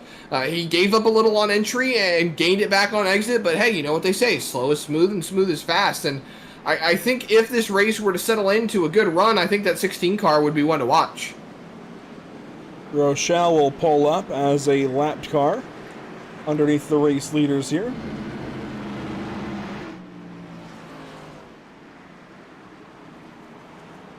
And we will try this thing again. Here we go. Dalton Tucker, race leader. Vincent Arthur right back on his back bumper. Tucker's still got old tires. Didn't pit under this caution. Green flag on the way. Restart zone right there. Tucker launches. We're racing again at the paperclip.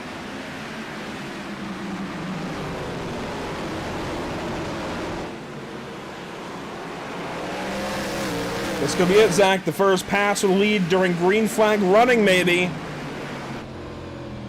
There you see First Vincent pass for the Arthur. lead overall.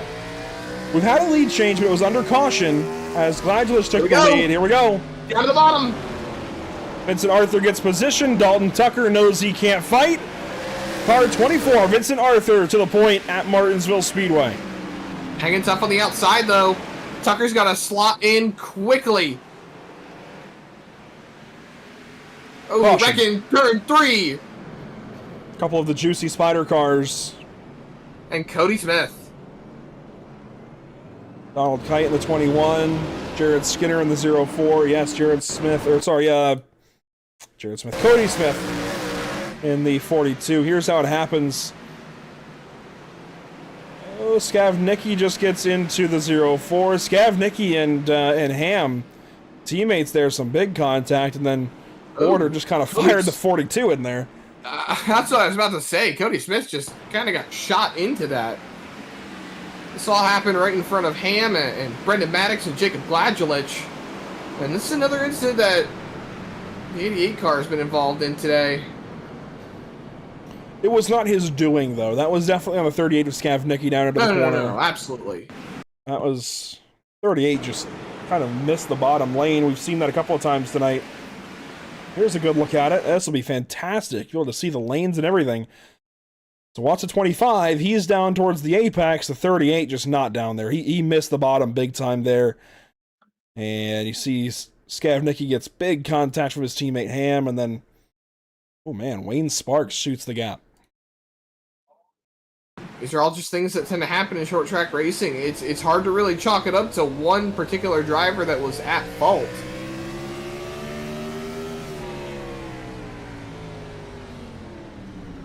Murderous Megamiss right there for the 5 of Wayne Sparks. Of course, he's had some incidents here this evening already, but glad he's able to get through that one. And no pit stop yet out of Dalton Tucker. I am surprised by that, Zach. He is not at the pit lane. He's got a strategy that he's going for, and he is not wanting to deviate from that whatsoever. Honestly, I dig it. I like the idea of saving the tire sets. Rolling into this race, these guys have 11 change sets, so they've got quite a considerable amount, but, you know, if you can hang on to those sets, it's going to be a big thing later on in the race, especially if we have green-white checkers. As you see the 04 here, Hunter Sr. Seems like Senior took fault for the incident. Not Senior, Skinner. I think Skinner... Yes, Jared Skinner. Senior was in the 4. I think Skinner took fault for the incident, but I placed that 100% on Skavnicki, but here we go. Let's see how this restart goes. Let's try this from the drone cameras this time. Restart zone there for Arthur. Green flag. The first time the 24 has brought us into the flag stand for a green. We're back racing at Martinsville.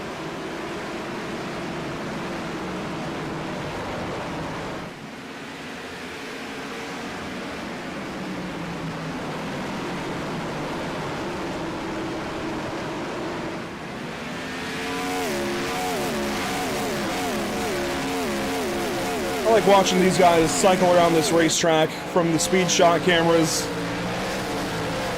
Again, this is one of my favorite angles in all of motorsport right there. This too. You and me both. Speed shot cameras are beautiful.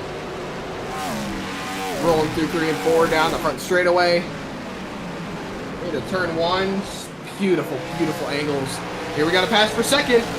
Conover, newly christened as a father as of a couple weeks ago, takes over the second place position. You know, Zach, he doesn't get the christening. Oh! Dang it. The father is not the one getting christened, but I like it anyways. We'll let it fly. Man, that's got to be one of the best stories ever that I've seen on the iRacing.com sim. Pulling over, parking the car because your wife is about to have a baby. especially when he was in position to win that race. He was dominating up at the front of the field. He was up front, leading the race when he had to pull over and get out of that race so that his wife could go have his baby. Meanwhile, battle behind Conover and Tucker. This is for 4th position. Pressy getting by Guileless. Pass made. Meanwhile, look at this. Oh my goodness. These guys are all kinds of stacked up. Tubb, Gladulich, Moats, Cheney, Christenberry. Oh, Craig Martin slow ahead of him. This is going to be chaotic down to turn 1. Contact. There was something that just happened. I heard someone call out over the race chatter that they would take responsibility, but we stay green. We're 3 wide. Oh my gosh. Everyone just getting on through. Cody Smith trying to move forward. He took advantage of the stack up on the bottom, able to get by the 21 of Kite. Now trying to get by Christenberry as Moats is still stuck on the outside of Gladulich. By the way, Chance Durheim has parked it for the evening. That is alongside Fulham and Andujar. Noah Blackwell still in the race. He's about to pass Durheim. As Gladulich falls back now to the reins of Kenneth Cheney. You know, Andrew, as this caution kind of changed up the running order of the field, we're starting to see some interesting names breaking into the top 10. We see one of the Durheims. We see the 16 that is of Chase Durheim. He's up into the top 10. Nick Ham in the 88. He has put himself in the top 10 as Cheney gets a big wiggle down the back straightaway. He hangs on to it. We are still racing. Housden has moved himself in the top 10. How about the 2 making their debut tonight? Stallings and Maddox, they're up to 12th and 13th now. Great battles all over the racetrack. One picking up right here. This is for 3rd. Should be pretty quick, I think. The 3 cars sliding back. He has chosen the wrong tire strategy, I think, Zach.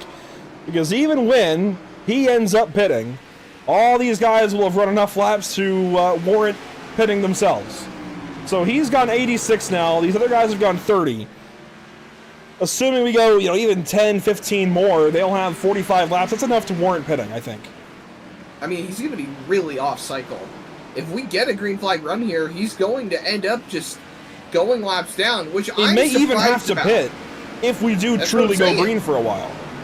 That's exactly what I'm saying here. I mean, it's so very confusing to me because he was in a really good position. To be perfectly honest, Andrew, I compare this to the Ferrari strategy for the Australian Grand Prix. I don't know if you tuned in for it, but they were virtual safety cars. Mercedes opted to pit. Ferrari opted to stay out later in the run. Mercedes ended up having the better tire strategy, pitting under the virtual safety car, not losing that much time. Same can realistically be applied here to Tucker and his tire strategy. They ran a couple of laps. He could have pitted under the last couple of cautions, decided to stay out. Now, if we get a green flag run and he has to pit, it's going to end up costing him. Battles all over the racetrack still. You mentioned Maddox. He has now dropped back down to 17th spot. He's been freight trained by a handful of cars, and you see a handful more going on behind him. Meanwhile, Stallings still up in 12th, and he's got Wayne Sparks knocking on the door of that 96 car. This could be exciting.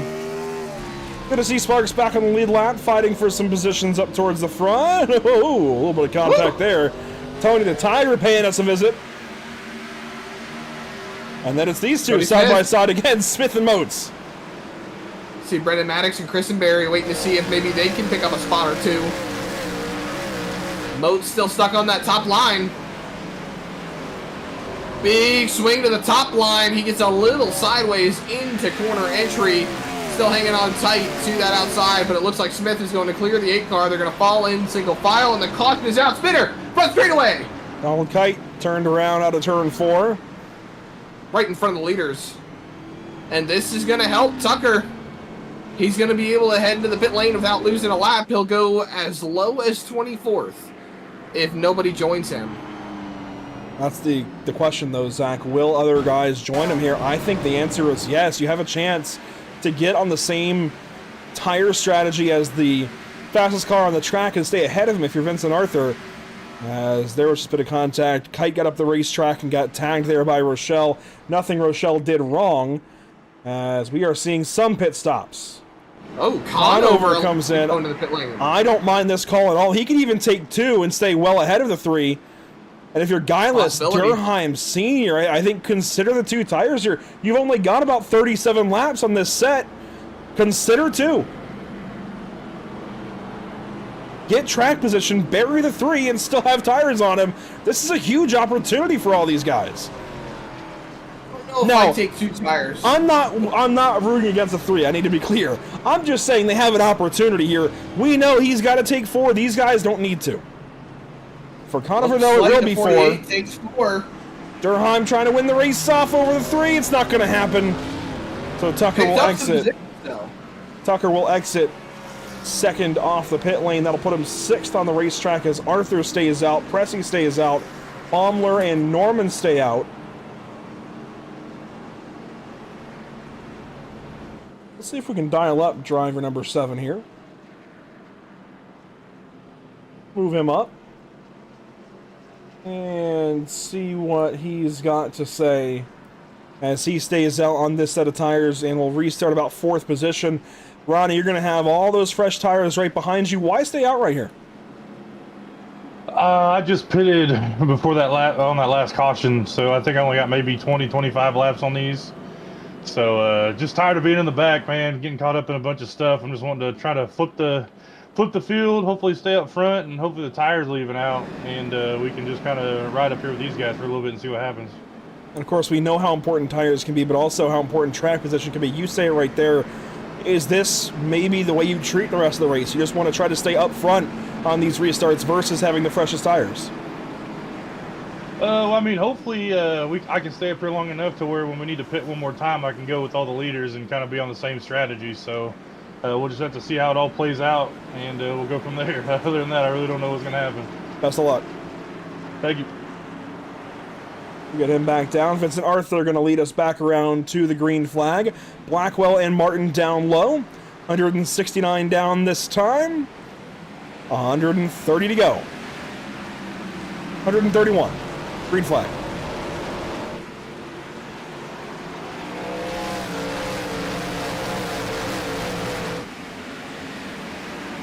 Ronnie Norman with that 48 already to the outside. I think this is a good showing, actually, of how important these fresh tires might actually be. Norman has decently fresh tires still, Zach, and already the 48 is eating him up. We've always seen how tires can play a big factor in racing, and there you see it. Norman already slipping backwards. Conover is up to the 4th position. Baumler in front of him. Pressey up the road, 5/10 of a second behind Vincent Arthur in that 24 car, leading this race, and there goes Conover. Once again down to the bottom. Baumler doesn't really fight him that much, as Norman's going to take a look down there as well. Try to see if he can gain some spots here. He's going to hang that nose on the quarter panel. Baumler gives him the lane. Reckoning 3, though. Cody Smith again. Kyle Tubb again. That's some right front damage. Brady Motes is involved in there. Wayne Sparks. Nick Ham. See a little bit of nose damage on the 8 car. Yeah, that would be a radiator concern in the real world. I think he'll be okay, though, here on iRacing. It starts up ahead. Skavnicki and Christenberry all over. The 5 of Sparks. Oh, man. Tubb. Oh, wow. That's a big hit right there for Skinner. Yeah, some of these guys came in from way back there. So let's see this here from above. They had a check up 38-11, so the 5 goes low, but he ends up backing out right as Tubb decides to go for a big move. And I mean, I've become a big fan of Kyle Tubb this season, but that feels low percentage to me. 130 to go still. You're back here racing for 20th. I just don't know that that risk needs to be taken. I mean, this is the result of it. Tubb goes from attic to basement so quickly. It was more or less a track blocker, Zach, but still, some of these guys come in here out of nowhere really quick. Now you see Christenberry got into Skavnicki to start this all off. Let's hear from the drones how it all happens. Oh my gosh. The cars come in. I gotta see that view from the 04 to see kind of what he was looking at. Because he came in like a wrecking ball. I mean, Miley Cyrus type stuff. Yowza. That's a real 2013 throwback.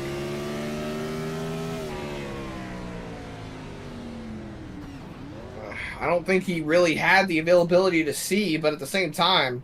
Honestly, he committed so hard. I don't think he could have done a whole lot. I mean, let's see, when does he see the crashing? Right about here? Yeah, I mean...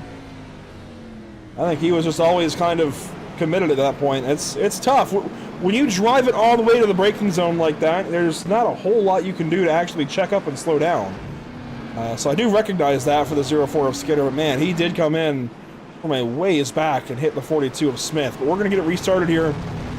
Quickie cautions tonight at Martinsville, trying to save these guys some laps. Look at Arthur trying to get some heat in those tires before the restart. That pace truck is going to make the hard left turn. We've only got 2 cars up at the front. That's Blackwell and Martin that are laps down, but it's Pressey. Conover's made his way up to 3rd. Then it's Baumler and Norman, your top 5. Vincent Arthur in the 24 leads us back into the restart zone, and we are back. Green flag racing at Martinsville.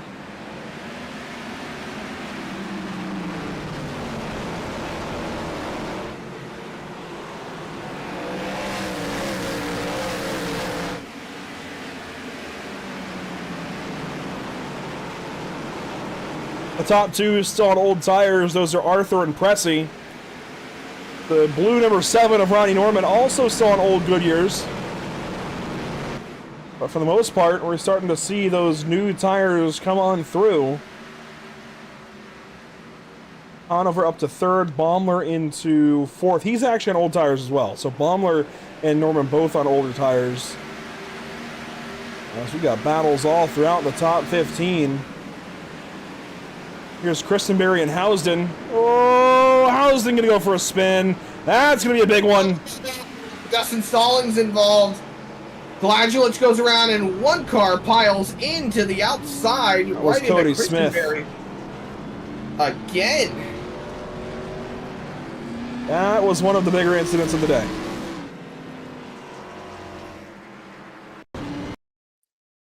My goodness. That was pretty large. So Christenberry sees a 22 down low, and he doesn't want to get stuck behind him. He tries to go middle, but it's too late in the corner. You can't do that once you're committed there. Housden's already made his turn in. Housden's already aiming at the middle lane to give you the bottom. I mean, I know you don't want to get used as a pick, but man, Zach, it's part of short track racing, especially at Martinsville. It's what we talked about earlier on, Andrew. There's nowhere for some of these guys to go sometimes. You have to be expecting that lap cars will be on the bottom and on the top sometimes. It's just a matter of being predictable. And especially off of a restart. Yeah, I think Craig did a really good job of just being predictable there. He did. And then, oh man, 4 or 5 cars involved there. Cheney got into the back bumper of a couple of cars there. You see Rochelle's around. Border and Moser slow, trying to make sure they're not getting involved. And look at this. So Christenberry, mid-corner, pokes up, changes lane. Again, you can't do that. Skavnicki, nowhere to go. Stallings, Cheney, they all stack up. Maddox barely gets by his teammate Stallings. Smith comes flying in. I think that might have been a similar situation to Skinner, the previous yellow. And then there was a secondary bit of spinning behind these guys with Border and others slowing down. I call that another nomination for Murder Esports. Just make a miss of a race from Brendan Maddox.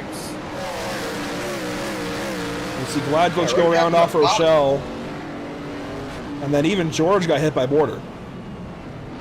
George got a pretty big piece of that. You know, typically I can get to the mute button in time. I couldn't that time, so I apologize. But let's see the 34 here of Maddox. Yeah, perhaps.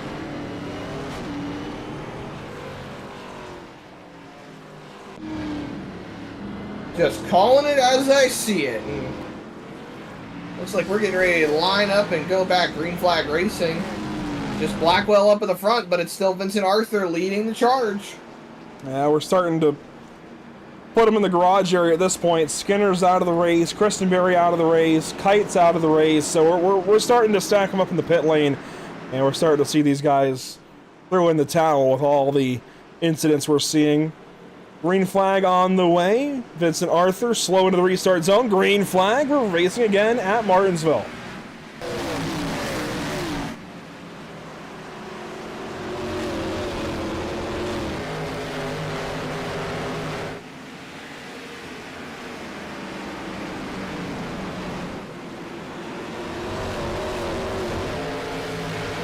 Saw a big move there out of Conover. A couple of cars to the pit lane. Those are Ham and Rochelle. As Conover is still trying to get by this 99 car. It has not happened just yet. He does have third lockdown, but still, the 24 and 0 are on old tires. And Conover, he might end up running so many laps here behind the 99 that he simply can't use his tires to get to those two. It's full well possible. Oh, he'll have a shot here. Yeah, trying to find a way around the lap car, make it easy work. Like I said earlier, I like to do my research for these races, go back to the 2005 season, watch those races back. Jimmy Johnson had an awful time at Martinsville in 2005, particularly in the spring race. I'm not entirely sure about the fall race just yet. He actually won the fall 2004 race, and that was, of course, the race marked by tragedy for Hendrick Motorsports with the plane crash that took Ricky Hendrick, but or was it a helicopter crash? Regardless, aerial crash. Airplane crash. Well, there you go. And Johnson won that race, and that was, you know, cloud nine moment for all of Hendrick Motorsports. That was huge for them, right? We'll come around to the spring of 05, and the 48 car was missing in just about every category. Chad Knaus completely changed the setup overnight, Saturday to Sunday. It was not an impound race. And the 48 was a bit better. It still took a long time for that car to come to Jimmy Johnson that day.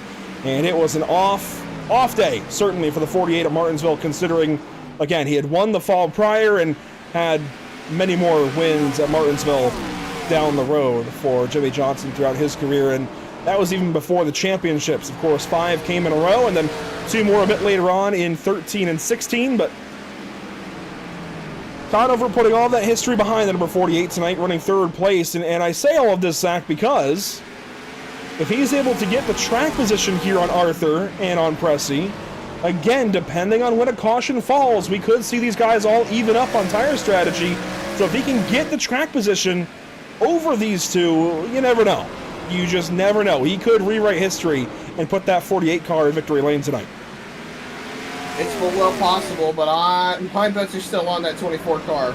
I agree. If this is something I've been wanting to work on, a winner pick graphic, I guess, for us to pick who we think will win the race. So I'm open to hear ideas from the extensive YouTube chat this evening on if that would be something that viewers would like to see. Even from you, Zach, if you'd like to do it. I think it's something we want to do at some point. If we did do it right now, I think across the board, you and I would both pick the 24 right now. I think we still have a bit of a soft launch on that one. You post the Who You Got graphic for socials before broadcasts go off, and I think that's a fair post to be making so far right now. Well, we're about to have some racing here for second spot. Pressey has been caught by Conover. Josh is keeping the heat on these two. He is not letting them get away, keeping them honest. Look at how close they are there off the corner. Will be moved to the inside for Josh Conover. Not quite alongside. Now he is. Pressey gives him the light of day. And so they'll drag race down the back straightaway. Turn 3 now. You see those left front brake rotors glowing in those wheel wells.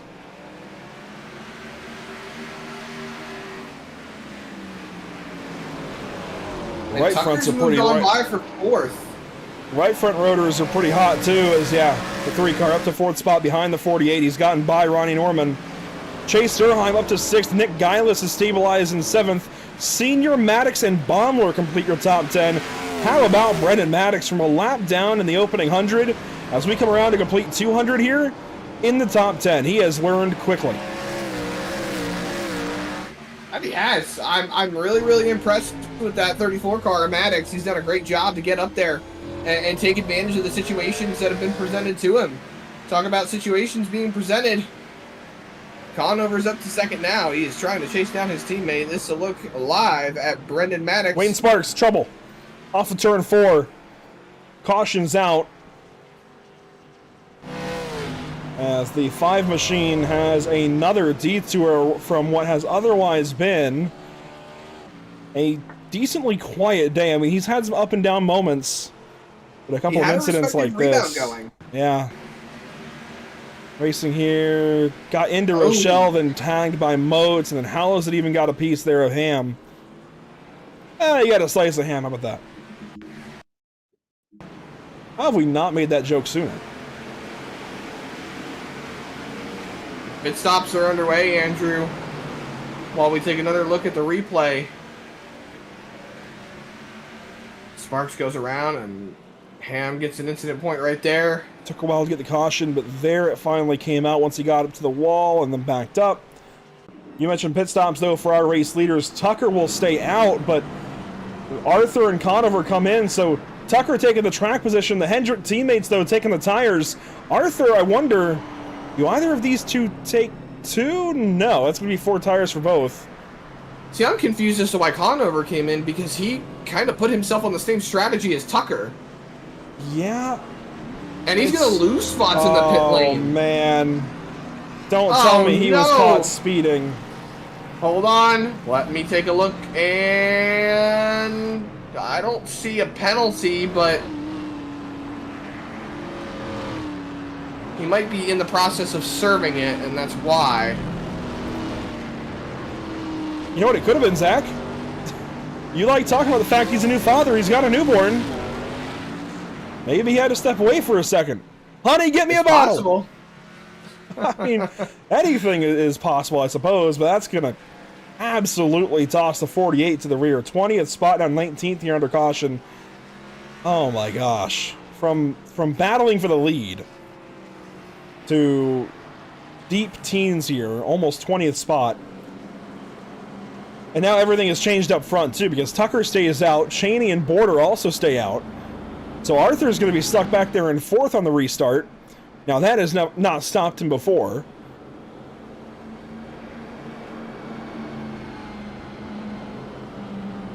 Oh. We have word. Conover was caught speeding. Oh, no. So it was a speeding penalty. So I didn't see the black flag because he was in the process of serving it then. And we received word that Donald Kite hit too many incidents of the evening, couldn't keep the car on the racetrack. So he is out for the evening. Here we go. Still 22 cars running at Martinsville. Green flag on the way. Lap 203 underway, and the 3 gets us restarted.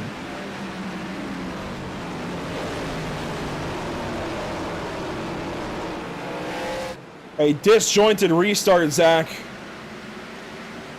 The 3 got going quick. Oh, look at Vincent Arthur down to the bottom to get by. Border there in the 43. We're 3 wide off the corner.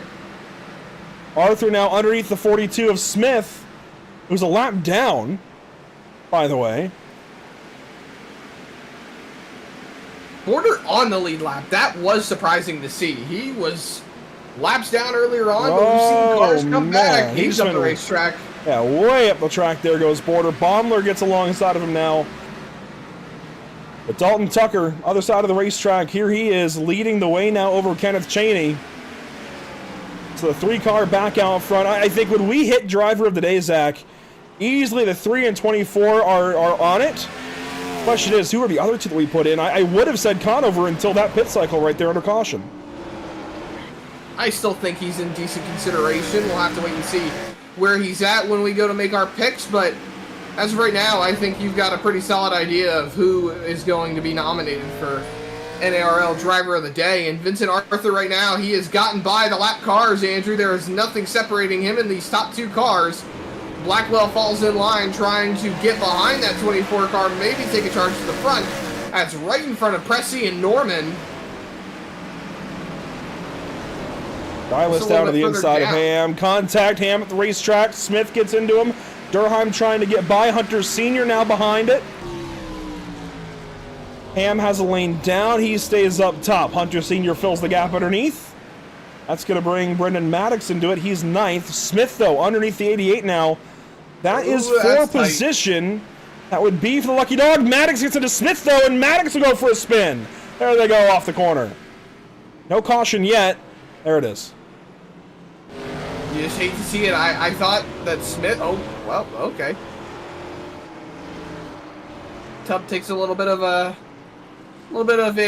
trek over the hood of Brendan Maddox, but that's something I kind of expected to happen there. The second I saw Cody Smith go down to the bottom, I thought he was going to get into Hunter Sr., but Maddox checks up for the lap car and still gets into the back of him, and then Tubb runs into him, Baumler into Tubb, and that's all she wrote. That's a tough one. I don't know that anybody did anything wrong there. I mean, Smith was trying to get down in line and past the 88 for the lucky dog, and then Maddox just tried to get back to the power, ended up getting into the 42 very slightly. When he checked up, there was obviously no time for anybody behind, so Tubb ran in the back of the 34 car. And, you know, I said earlier that the lane switching like that maybe wasn't necessary. This is within 100 to go. I think it's passable. I think it's okay to see that out of Smith, considering he is racing for the lucky dog against the 88 car there, but I will still say, Zach, risk versus reward. You know, there are gaps further back. So did Smith need to take that gap right there? I don't know. I mean, it's hard to say, but he does take it. He didn't do anything wrong by doing so. Ham went up the racetrack, and then you see what happened behind. So, again, I don't think Smith did anything wrong. I think he could have waited, but he doesn't have to. It's his race, too. That's just the tricky part of lap cars being mixed in with lead lap cars. Especially at a place as intricate as Martinsville Speedway. We are down to 22 running. Noah Blackwell, the bottom of those 22. He is 12 laps down here in the 22nd spot. Brady Motes in 21st currently. He's down here 1 lap down. As Cody Smith will now stay 1 lap down. Nick Ham has gotten the lucky dog. He is back on the lead lap here in the 17th spot. I think he's going to go a couple of spots further back due to the lucky dog EOL. Yep, there he goes, letting the 96 and 34 go by. And, you know, Zach, props to them. I know Maddox was just the cause of that caution getting into the 42 car, but Brendan on the lead lap. He was in the top 10 there for a good bit. Dustin Stallings still in the race. To just survive a Martinsville race like this in your first attempt here in the series, that's impressive. I think so. I think they've done a great job of hanging on to these race cars and doing what they can to stay in it. But now, up at the front of the field, Tucker. Nothing separating him and Vincent Arthur once again. It's as it was at the start of the race. Back into the restart zone. Green flag racing once again in Martinsville.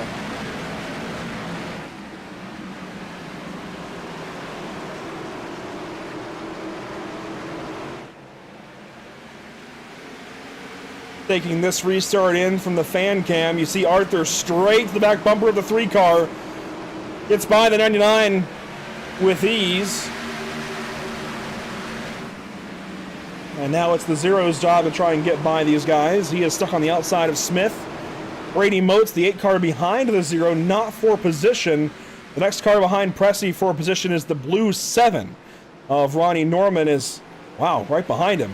Racing between Guylis and Durheim.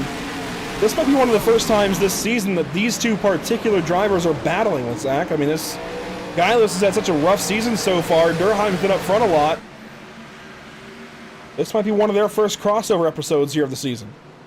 There you saw Cody Smith heading into the pit lane right there as the racing continues on, and single file now off of turn 4. Oh, big send to the outside of Ronnie Norman in the 7. He's going to be clear. So Norman hangs on to the 5th spot. Fight for the front. Up front, though, 24 car to the race lead. Ahead of Tucker. Sliding in line in turn number 1. Tucker trying to cross over. Can't get it done. Vincent Arthur back out in front here at Martinsville.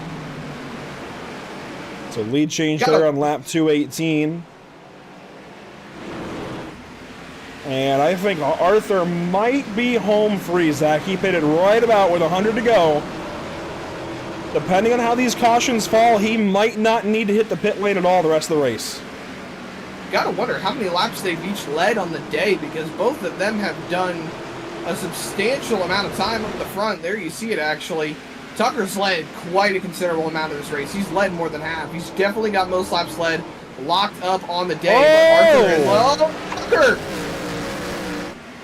The 99 got him in the rear. These lap cars starting to be trouble for these leaders, as now it's side by side for second between Tucker and Pressey. Pressey easily goes by the 3 car as he's still trying to reel it back in with those now hot tires. Moats gets a shot there from Norman. But to your point, Zach, 100 laps extra for Tucker versus Arthur. So Tucker's got the most laps led for sure. Behind him, the 24, Gladulich has 1 lap led, and that might be it across the field. If I do my math correctly, we're missing a lap? Well, this lap's not completed yet, right. So... Nick Pressey so on the inside. We've only had 3 leaders today. Oh my goodness. Really, 2, because Gladulich got it under caution. Yeah, realistically.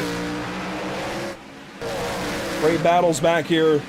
Tucker still holding the bottom. Oh, Blackwell! Oh! Blackwell and Norman in the outside wall. Norman also stopped. Blackwell went to the top side. Oh, man. Blackwell went to the top side there and started braking, and I don't know. It's hard to say here, but taking a look back at it, this is going down to 3. Yeah, he moves to the top side, and then under braking, Norman just gets into him. This is a tricky thing, Zach. I mean, we just saw Noah get into the 3 car of Tucker. And, you know, I want to give these guys some leash, you know, give them some rope and let them fight for their own positions. But I think at some point enough is enough, and I'm not really sure why the 99 pulled to the outside there in front of the 7. I can't put my finger on it personally. I mean, he's racing the 8 car ahead, and the 8's quite a ways up from him at this point into the corner. I don't know why he went up there. Obviously, it's still on Norman. Car behind is always at fault. Well, not always, but pretty much always at fault there when they hit a car ahead. But that's just not ideal. Let's see this from Norman's perspective here. Did he actually get hit, maybe? It sounded like it revved back up on entry, like he either got hit or released off the brake or something. Does he get hit into the corner? Watch the 16 behind him. No, he must have left off the brake for just a second. I wonder if it was to make a point, maybe, to the 99 car. I'm not really sure. Check out this shot. Coming right at you.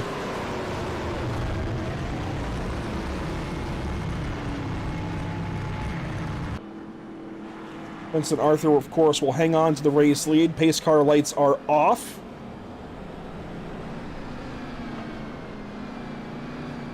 Just inside of 75 laps to go at the Great Martinsville Speedway. From here, these guys head out to Texas Motor Speedway next week. That'll be a home race for Brendan Maddox if he's able to continue racing. And that is a really, really fast racetrack for these guys. That it is. Into the restart zone, though. Never mind. Pace truck lights are back on. Let's take a look then at what's outcoming for us here at the channel. As there you see Texas included on the graphic. But for us, next up, we don't have anything Tuesday, Wednesday, or Thursday this week. We are now getting ready for the Steering Wheel Nation in their debut on iRacing for their new SWN Truck Series. There's information in the Pit Stop TV Discord server on how to join. Registration is open. Basically, $9.95 subscription to Inside Groove Pit Pass to enter, and you can race this Friday. Then Sunday, Sunday morning, it's out to Darlington Raceway with the All-American Racing Network. And next Monday, out to Texas. Restart zone here for Vincent Arthur. We're going to get this race restarted. Just over 70 to go. One car on the inside. That's Cody Smith. Green flag.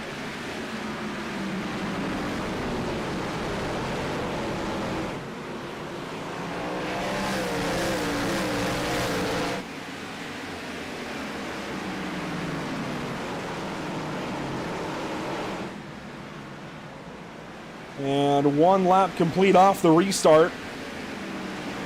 Nick Geilis to the inside of Hunter Sr. Wayne Sparks on the inside of John Border. You know, Zach, I will say, when the season started, I was a little concerned that it might take us a while to get used to who's in what car. And there's a couple of times, like I said earlier, I still want to say Earnhardt for the 8 or Gordon for the 24 sometimes, but for the most part, I think these guys have made names for themselves in each of these cars. This is a fun concept of a league, to run real NASCAR paint schemes. I've seen other leagues do it, but never really sure of how it would work in a broadcast setting. This has been fun this season. I'm excited for the rest of the year ahead. As am I. I think there's going to be so much fun that these guys are going to have in this series. And, you know, even looking at the schedule, Andrew, we've talked about it. There are some great races coming up on the schedule that are going to make this entire thing that we've got going on here all the more great that we've been able to experience. I can't get enough of it. It's truly one of the best series that we've been able to cover so far. Great battle here, too, between Housden and Rochelle, with Tucker right behind. Tucker's going to force the issue. He drops underneath the 12 car. He's going to try to bring Kenneth Chaney along with. I've about lost track of who's on what tires, but I can tell you the 34-lap tires ahead of the 3 car are going to start to fade. Each car ahead of the 3, all on 34-lap old tires. A couple of them, it looks like on 2, as Nick Geilis is on 2. The rest of these guys on 4. Tucker is on 10-lap old tires, and he is starting to work through them. Now to the inside of his teammate, Ryan Housden. That is for position number 8.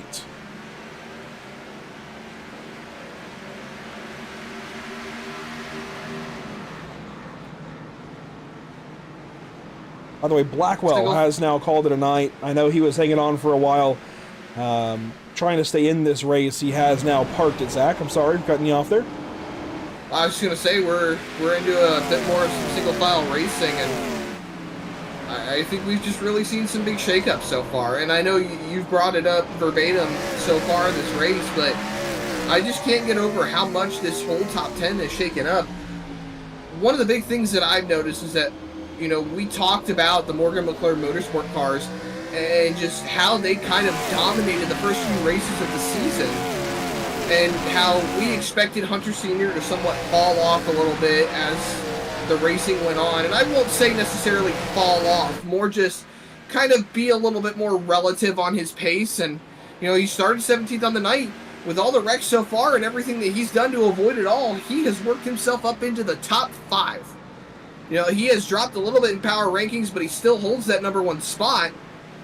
He might pick up a little bit here after tonight. He's done a really good job so far. They are heavily result-based, the power rankings. They definitely, I was trying to say this earlier, it's more so a tracker of who can close a race out. And that is, admittedly, what ends up scoring the championship, right? I mean, you don't get scored for lap 240 or lap, 160. I mean, you get scored for the final lap. So, closing these races is extremely important.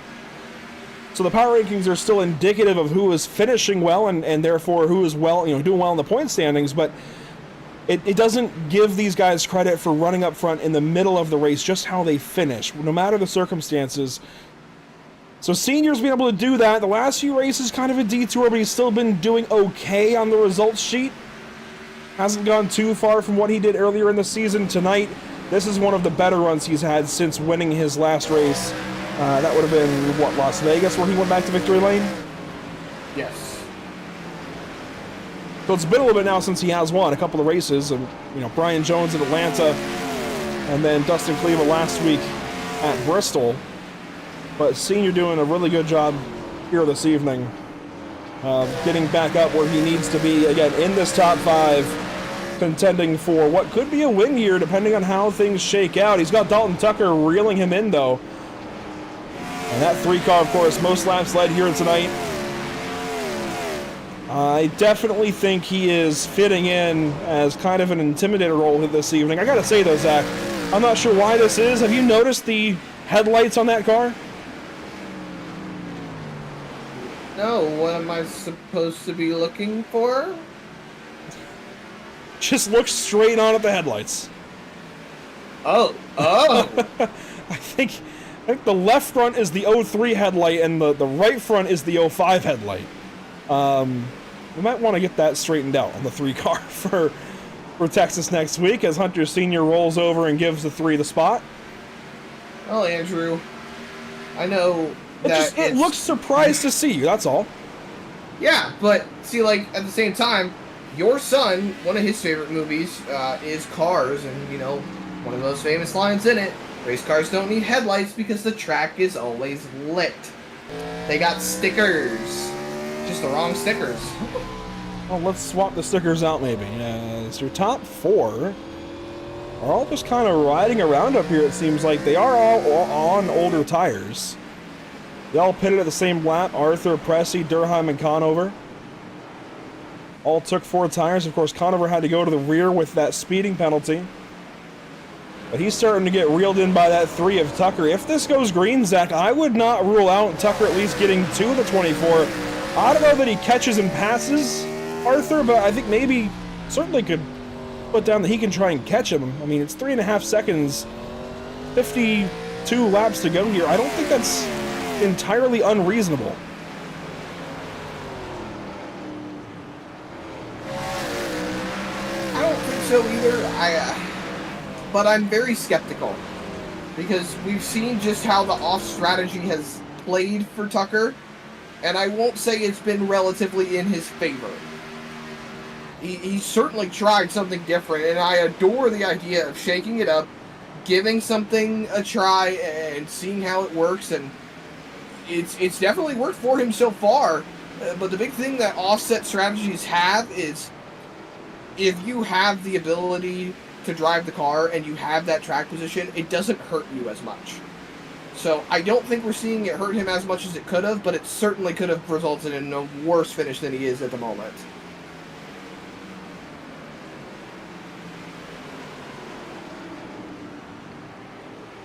Kind of got my words jumbled, but I hope that made sense at least. I think it was on track. I will say, if I go quiet for a minute, or if I start coughing, one of our house members hit a skunk, apparently literally right outside. And oh my goodness. It's not good right now, Zach, I'll be honest. I have never before had to text Kayla asking what the heck smells so bad mid-broadcast, but I gotta say, man, a skunk being killed right outside, oh my god. Ugh. Not fun. Just had this a moment ago for the 88 car of Nick Ham. Around seemingly on his own, some rear brake. No, actually, he gets hit by the 8 of Moats. So 8 on 88 violence. Nick grabbed a gear, got back going. He is continuing on, now behind John Border in the 43. Nick runs in 19th position. It's been a rough day for him, that's for sure. A rookie here in the series. Up into the top 10. Yeah, barely and briefly, from what I recall. He has seen his fair share of incidents throughout the race today, but a pass now for 4th place. Dalton Tucker gets ahead of Josh Conover. Again, Zach, if the 3 keeps using these tires to his advantage, I don't know that he necessarily even gets to Arthur now, but I think he can at least get these couple ahead of him. Definitely a possibility. I know Durham is a little bit lower on the lap times. You know, Andrew, we haven't touched it all night. Why don't you bring up the lap time tracker? Track these top 4. And you're making more work for me. Yeah, but like, it's fun. This is the best run, I think, of the day so far, the cleanest run to this point. So we can go ahead and bring it up. The top 4 all down below the center of your screen, but on the bottom. Tucker's definitely faster than the other two. I mean, not by much over really either one of them. It's a marginal difference. As they go by, Dustin Stallings to put the 96 car lap down.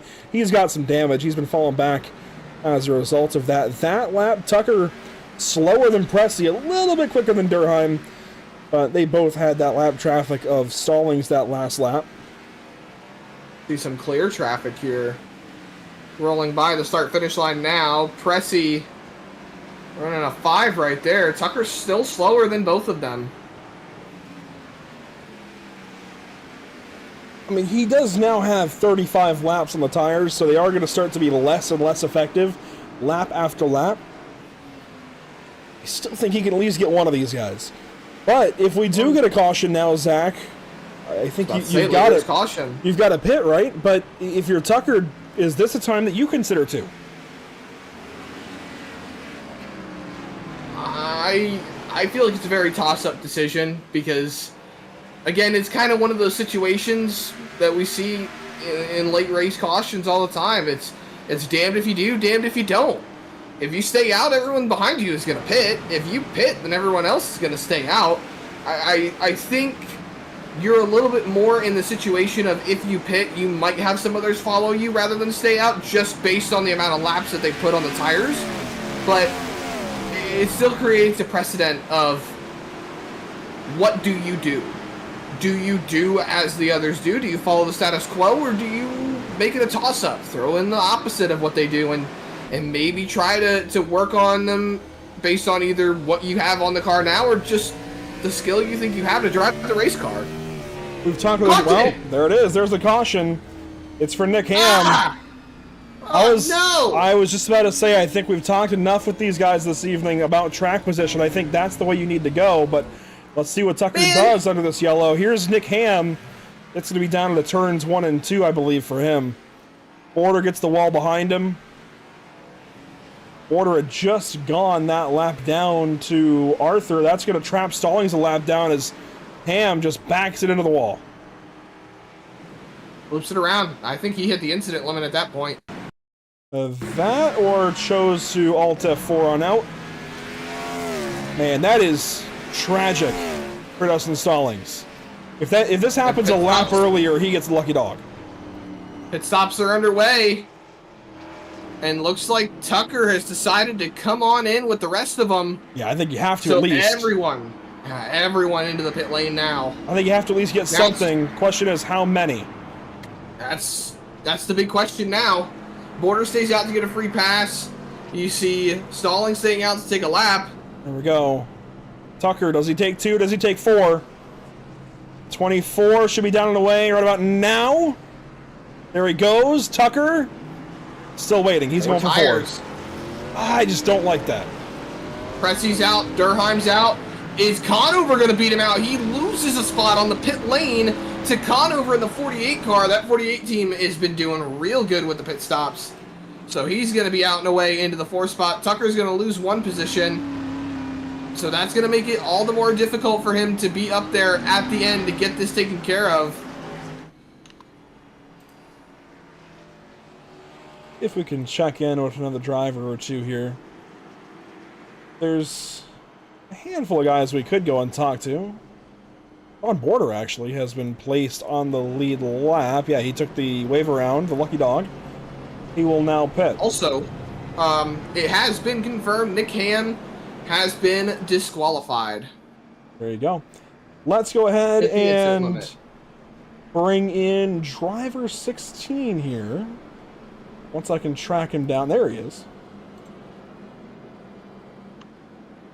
And we'll bring in Chase Durheim for a quick chat before these guys go back green. Chase, of course, we've gotten used to seeing you up front on these intermediates, but this is a far cry from intermediate. Half-mile paperclip. How's it felt for you so far? Oh man, I am just lucky to be in third spot right now. I feel like I have no speed and I'm just trying to hang on and get a good finish. This is definitely not one of my best tracks, but happy to be here. I know we're about to go back green. Best of luck here on the restart. Appreciate it. We'll get him back down to his team channel. All on his lonesome here this evening, but let's see how this restart goes. Just over 30 to go. Green flag right there. Vincent Arthur back on the power. Dustin Stallings on the inside. He's a lap down. Durheim sleeping on the restart. Oh, we are racing at Martinsville. Lap car is going to be in the way of Conover. They're going to get 3 wide. They will. Stallings gets out of the way quick, so that's going to allow Conover to get down to the bottom and try to take that spot away as best he can. Side by side, up off the corner. Where in all of this is Dalton Tucker? Well, he is well further down the running order than we expected him to be. And wrecking front straightaway, inside wall. That's going to put out another caution here with 31 laps to go, 30 at the line. And that's Cheney and Cody Smith. Front bumper is hanging on by a thread on the 14. And back into turn 3 off the restart, I noticed this moment. He sends it underneath Gillis. I mean, from a mile back, it felt like. So a big dive there out of Cheney into 3, and then down here into 1. We're up behind Stallings. How's this going to go again? Trying to go middle. There at least, he didn't hit the other car. He ends up spinning himself, but man, I feel like patience goes a long way. Where did Cody Smith get involved in this? Maybe he just came to a stop? I think so. But again, I really feel like just patience in that situation. Slide in behind the guy and just go back racing with him. I don't know, man. How do you feel on that? I think he just kind of went for the hole. Tried to go in there and make the pass. It's a difficult situation because we just saw the same instance down the back straightaway with Conover and Durheim. And they made that work.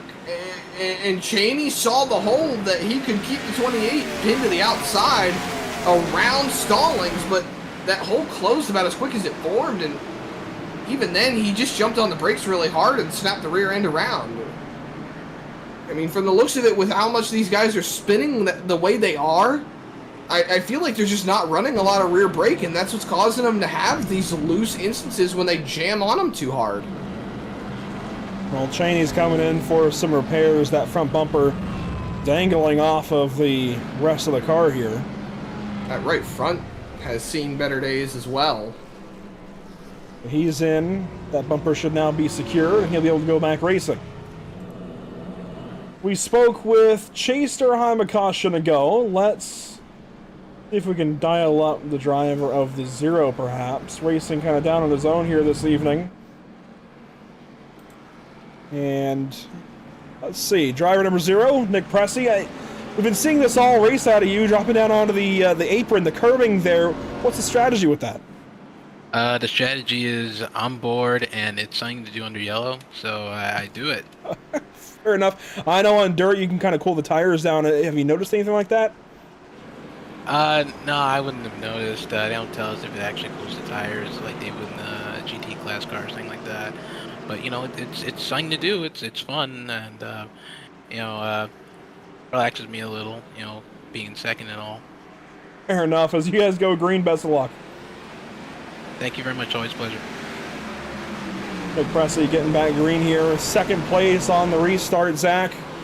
25 laps to go. Next time by the flag stand. So long as we stay green here for a couple of laps, it's about that time for North American Racing League Driver of the Day. 1 lap complete off the restart. Cody Smith mixed in here as a lap car. Pressey down low into turn 1, trying to protect that second spot over Josh Conover. One slow, Kyle Tubb. He got out of line, hangs on to the race car, but he just dropped a bunch of spots.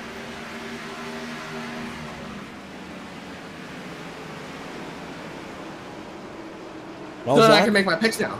I was going to say, I think we've gotten a couple laps in. We can go ahead and give it a shot. Who you got for today's North American Racing League Driver of the Day vote? I'm taking both the Hendrick cars for both my votes. Arthur has proven that he has been out in front all race long. whether he's been first, second, third, or fourth, he has done a phenomenal job of keeping that 24 car out in front. And then you even said that when Josh Conover fell a little bit further down that we could kind of write him off a little bit. Heck no, I told you, let's see where he is when we go to make these picks. And he is up into the third spot, running with his teammate. And even so, these Hendrick cars, the 24 and the 48, they know how to toss it up here at Martinsville, so I'm taking the both of them. Solid picks. They've each been towards the front just about all night long. Conover's one detour was due to that pit penalty. That forces me to move around a little bit. I definitely still want to look at the 3 car, but Zach, he has had an abysmal restart. He is down to the 11th position. It has gone completely wrong for him now that he's in traffic. Caution is out. It's for Guileless ahead. Let's put a kibosh on the picks. 28's in trouble.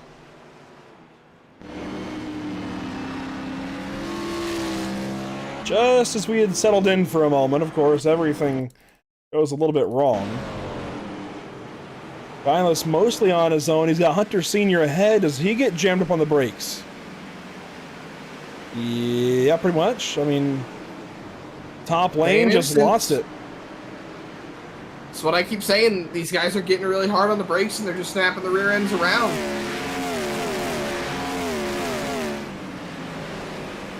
The Polish driver sliding it on into turn number 1. Relatively low amount of damage. He should be good to roll back to the pit lane. Get a little bit of a fast fix and roll back out as Cody Smith waves on by the pace truck. He'll finally get one more back. This will now put him 1 lap down, so he's still got a little bit to go. But hey, one more caution, Zach, and he could finally be back on the lead lap. Trying to piece this race back together for car 42. But you've got piecing this race back together. It's a toss-up of how many guys are really just starting to recover. Well, I've got to make my picks here. So Vincent Arthur, Josh Conover, they've each gained a bunch of spots, and since their pit stops and whatnot, put themselves in position to win. Great picks. I'm looking at Nick Pressey because he has not struck us as one to go necessarily contend for race wins yet this season.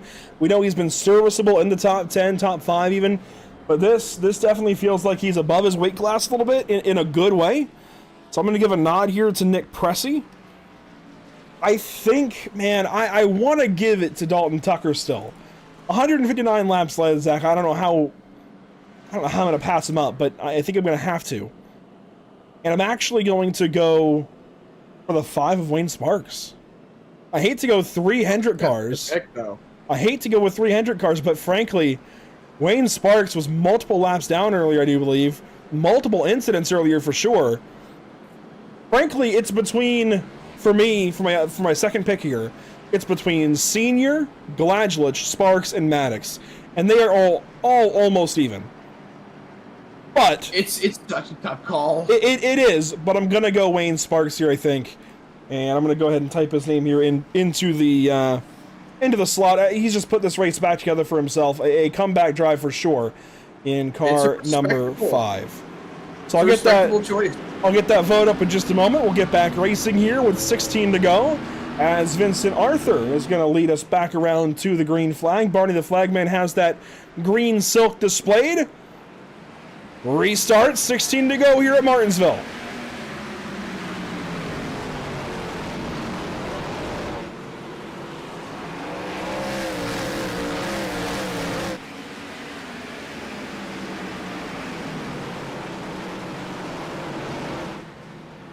And now we can settle in to kind of figuring out who the heck is going to win this race. 15 to go. Time to settle in, figure it all out. Top 10 has started to take a bit further form. Gladgelich is up to 6. Sparks is 7th. Motes has moved the 8 car into the 8th spot. Brendan Maddox, top 10. He moves back in front of Brady Motes, actually. You saw it on the ticker. This is the fight for second. Wow, Vincent Arthur sets the fastest lap of the race. He's putting the field on notice. He's gotten these issues worked out, Andrew. He has certainly put himself in a position to take this win, and with 13 laps to go, well, the 24 car is showing us why it's so good here at Martinsville. I mentioned earlier the weather might still warm up a bit as the afternoon went on. I think it did for a while, but it's starting to cool down now, and it's showing as Arthur is setting record lap times here, but Pressy and Conover in behind. They still battle for second. Durheim fourth, then Senior and Gladulich in sixth. Wayne Sparks now with company to the inside as Brady Motes looks down underneath that 5 car. This the battle for 7th. Brendan Maddox in the top 10. He could take a stab at these two. He's watching him dive off into turn number 3. He was in front of the 8 car. Brady Motes ends up going back behind him as Tucker is on the back bumper of the 34 car. You saw Maddox with a big slide there. 3 car to the outside, trying to make it work on the top lane. And I think Tucker's going to get Maddox here. Yeah, Maddox early on the brakes down into turn number 3, and Tucker's just going to able to cross that nose. Get that spot away. Sparks in the wall. Sparks grabbed it. He scared me there. That was 10 to go for these drivers. Wayne Sparks grabbed the fence off the corner, then was a little wishy-washy into turn 1. Brady Motes on the inside. Seems like that 8 car is turning real nice right now. Sparks tries to get down. Tucker's there. He's going to lose another spot. I just put him up for driver of the day. And now Maddox gets down to the inside. Oh, and he's going to turn he gets into him. Oh, my gosh. Now, I hate to say it, but I think Rochelle just hit the incident limit right there. Out of the race. And really no faults of his own at the moment. Just hate to see it. You saw the contact between the 3 and the 5. And Mr. Maddox, man, he tried to plug that hole, which he did, but he sent it in there way too hot. And, well, there goes Rochelle. Yeah, Sparks gets put up to the outside lane there by Motes. A little high up in the center. Tucker turned really nicely. Got to the inside of the 5 car, and then down here into turn 1, Maddox, he's taking no prisoners. It's late in the race. He needs those spots. Fair enough. But then Rochelle gets a piece of it, and he is out of here. I think it's really hard to say whether or not Brendan Maddox did anything wrong in that situation. He saw the hole. He wanted to plug it with less than 10 to go. He did lock up a little bit. He locked up the left front and slid forward, and there's Rochelle hitting the incident limit, ending his day. That takes us down to 19 left running, inside of 10 to go. But Zach, all but one of them are on the lead lap. Cody Smith back on lead lap. Now Wayne Sparks is in the pit lane. He has already taken service. Tail end of the lead lap for the 5 car. Cody Smith, the first car, 1 lap down. There's Cheney getting some service as well. Trying to get that front bumper completely taken care of. There's Border. We could get 2 more cautions. Border's not out of this. He's 2 laps down right now. There is technically a reasonable path for him to get back into this thing, as Brendan Maddox, it does seem, is going to the rear of the field, claiming fault on this one with the number 5 of Wayne Sparks. Well, that derails a good day that 34 car was having. But as the sun's starting to hide behind the clouds, Andrew, we've got 5 laps to go. We'll have 4 to go when we take the green flag. The pressure is on for Pressy, for Conover, for Durheim to go on attack mode and go get that 24 car and find a way to get past him and take this win away. I mean, is it 2005? Because that 24 car is lightning fast. I don't think Pressy, Conover, I don't think they realized quite the opportunity they had for the win. Last restart, now it's right there in front of them. Tantalizing it must be. 4 laps to go, this time by green flag for Vincent Arthur. Racing again at Martinsville Speedway. 4 laps to settle it. Can we do it?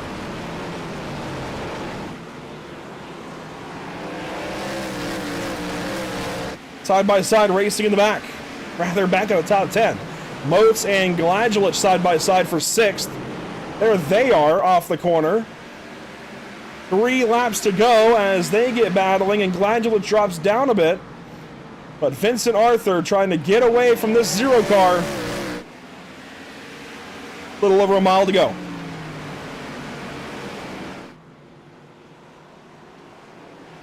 Popsicle sticks are going to be in the air for Vincent Arthur. Pressy is 0.5 of a second back. The gap continues to expand. and Arthur is just running his line, hitting his marks. He's doing a phenomenal job. He has done a phenomenal job since the drop of the green flag. He's kept himself in the mix, and now it's the white flag presented by Whiplash Simcams. It's one more time around for the 24 car. 2005 was a phenomenal year for Jeff Gordon. He didn't win the championship that year, but he won both the Martinsville races, and Vincent Arthur is looking to start it off like Jeff Gordon did that year. It was win number 71 for Gordon in 05. For the season here for Vincent Arthur, it's win number 1. Vincent Arthur finally breaks on through, gets a race complete the way he needs it. It is a race win today at Martinsville Speedway for Vincent Arthur, the 24. Right where it belongs, I think. Brady Motes comes up to give some respect there to the driver of the 24 car, and I would expect some burnouts here for driver 24. Officially put the field on notice. Vincent Arthur has figured it out, and he's put himself in position to take on these guys and give himself the points that he needs. He was sitting a considerable amount down outside the chase. This should be a pretty good boost for his hopes to get into the chase this season.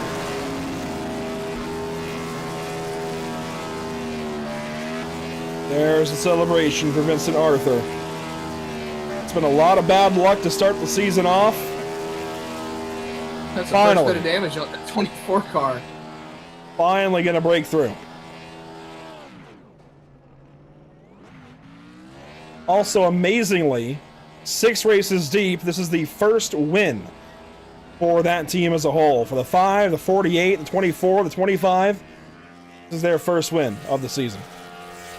There was a wreck coming to the line, actually, off of turn 4. The 28 car gets turned around.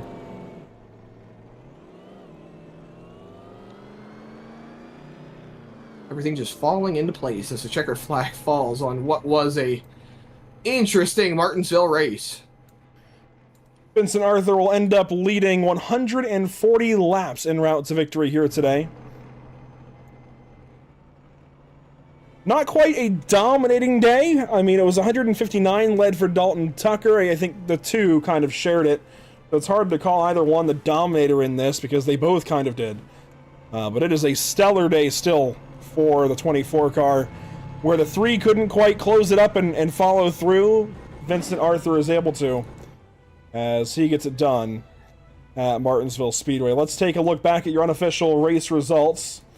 Well, let's take a look back first at what happened there on the last lap. You mentioned something happened coming to the line. Let's see if we can see all that. This is all the hoopla coming to 2 to go.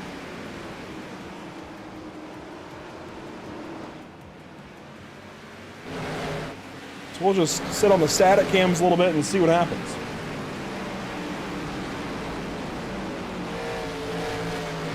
This is white flag. Stallings, by the way, we'll go through full results in a moment. He's able to get back into 12th. So a pretty solid recovery. Cody Smith back into 15th. You mentioned the 28 was in trouble. Let's see this for him. Kenneth Chaney down to his inside. Coming to the line. A little bit of contact maybe. Yes. Oh, boy. Oh, wow. John Porter. Writes that chassis off, that's for sure.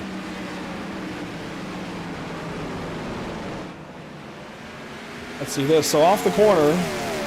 I went too far back. Give me 1 second. Let's speed this up a little bit. This is down into 3 and 4. This is coming to the stripe. Just the slightest bit of contact, they both go crashing. Oh, that was a big impact right there by Porter. Let's take a look back at this one this evening. The unofficial race results on your screen now. Vincent Arthur with the win over Nick Pressey and Josh Conover. We'll talk to all 3 here in just a moment. Chase Durheim, a quiet 4th place. Hunter Sr., a quiet 5th. Brady Motes recovers to 6th. Dalton Tucker, just the wrong tire strategy at the wrong time, ends up 7th despite leading the most laps here today. Jacob Gladlich, a top 10. Solid day for him, ahead of Ronnie Norman and Kevin Baumler. Rolling outside the top 10, you'll find Ryan Housden and Dustin Stallings ending up in the 12th spot. Solid recovery after being a lap down shortly before the checkered flag. Kyle Tubb ends up in the 13th spot with Wayne Sparks 14th. Oh, excuse me. On the night, Cody Smith ends up getting that lap back, rallies up to a 15th place finish with the 28, the 14, the 34. All three of them, I feel like they all had some good shots there. Nick, Kenneth, and Brendan all had some really, really solid moments throughout the course of this race, and I think all three of them should have deserved a bit of a better finish, but it tends to happen that way sometimes. 16th, 17th, and 18th on the night with John Border, and then Kyle Rochelle ending out your top 20 in the 19th and 20th spots. And back in 21st, it'll be Nick Ham in the 88, out early, along with Blackwell, George, Martin, Christenberg, your top 25, Scav Nicky out 122 laps early, Skinner out 127 early, Kite, Durheim, Fulham, all big issues here this evening. On down through 32nd, Steptoe did not start. Joseph Andujar, though, the first car out of the race here tonight at Martinsville. That does it for your unofficial race results, all 32 cars on the grid. Let's go ahead and talk to our race winner, Vincent Arthur. First time we get to properly announce him as a winner. Vincent, it has been, I feel like, a long time coming already this season. 5 races, just it seemed like everything was going wrong. Here tonight, though, it seemed like everything goes right. Can you concur? Does it feel like that way from the driver's seat? Oh yeah, it does. I mean, how about that? That was a heck of a race. Just great effort all around. I feel like Martinsville has always been a place where you get caught up in pit strategy and staying out on old tires. And today, I think everything played out just perfect for the 24 car. So yeah, first victory. This place, I've always been really close to a grandfather clock, but never got one. But man, I'm freaking pumped up to finally get a grandfather clock. That's awesome. And this is the first race that mirrors that 2005 season you guys are emulating here this season in 2026. Does that weigh on you any bit extra that Gordon won this race, so you kind of had to? I love to go back and back him up. Prove the real life is also true on the sim. But yeah, I don't really put too much pressure on myself to go back up those stats. But a victory is always really nice, particularly after the start to the year that we've had. It hasn't been great, obviously. So to come out with a win, it's just awesome to have a night with no issues and to finally put one together. It's pretty cool. And of course, you were ahead of the riffraff towards the back of the field. I know sim racing at Martinsville can be hit or miss. Tonight, yeah, we had a good bit of cautions, but it seemed like there was still the ability for you and Dalton especially to kind of trade off with the lead a little bit in the back half of the race, see whose strategy was going to end up winning. Obviously, in the end, it's yours. Does that, I think, track for you from your side as well? Yeah, I think so. I mean, honestly, I had a lot of fun tonight, even when I was trailing Dalton. Just this track was hot. It was slick. The best way I could describe it was just slimy. The front tires really didn't want to grip in the middle of the corner, and off the corner when the concrete went to the asphalt, you seemed to just break traction ever so slightly, and it just got worse and worse with laps. So it was really fun to drive, particularly on those 40, 50 lap runs we had. So the longer we ran, the more fun it was, and once you get a little bit of wear and tear on the tires and the lap cars come into play, you get to move around and you actually get to race pretty close, pretty hard, pretty fair. So I had a blast out here. I think Dalton did the same. I know Josh finished third. He said he was having a good time. Not so much when he sped, but I know him and I have had some really good runs here in the past. So glad to see him come home with a third place finish. But yeah, overall it was a fun race. I'm glad it finally played out nice to have a couple long runs there at the end. And, although it ended with a short run, we were able to get our track position when we needed it.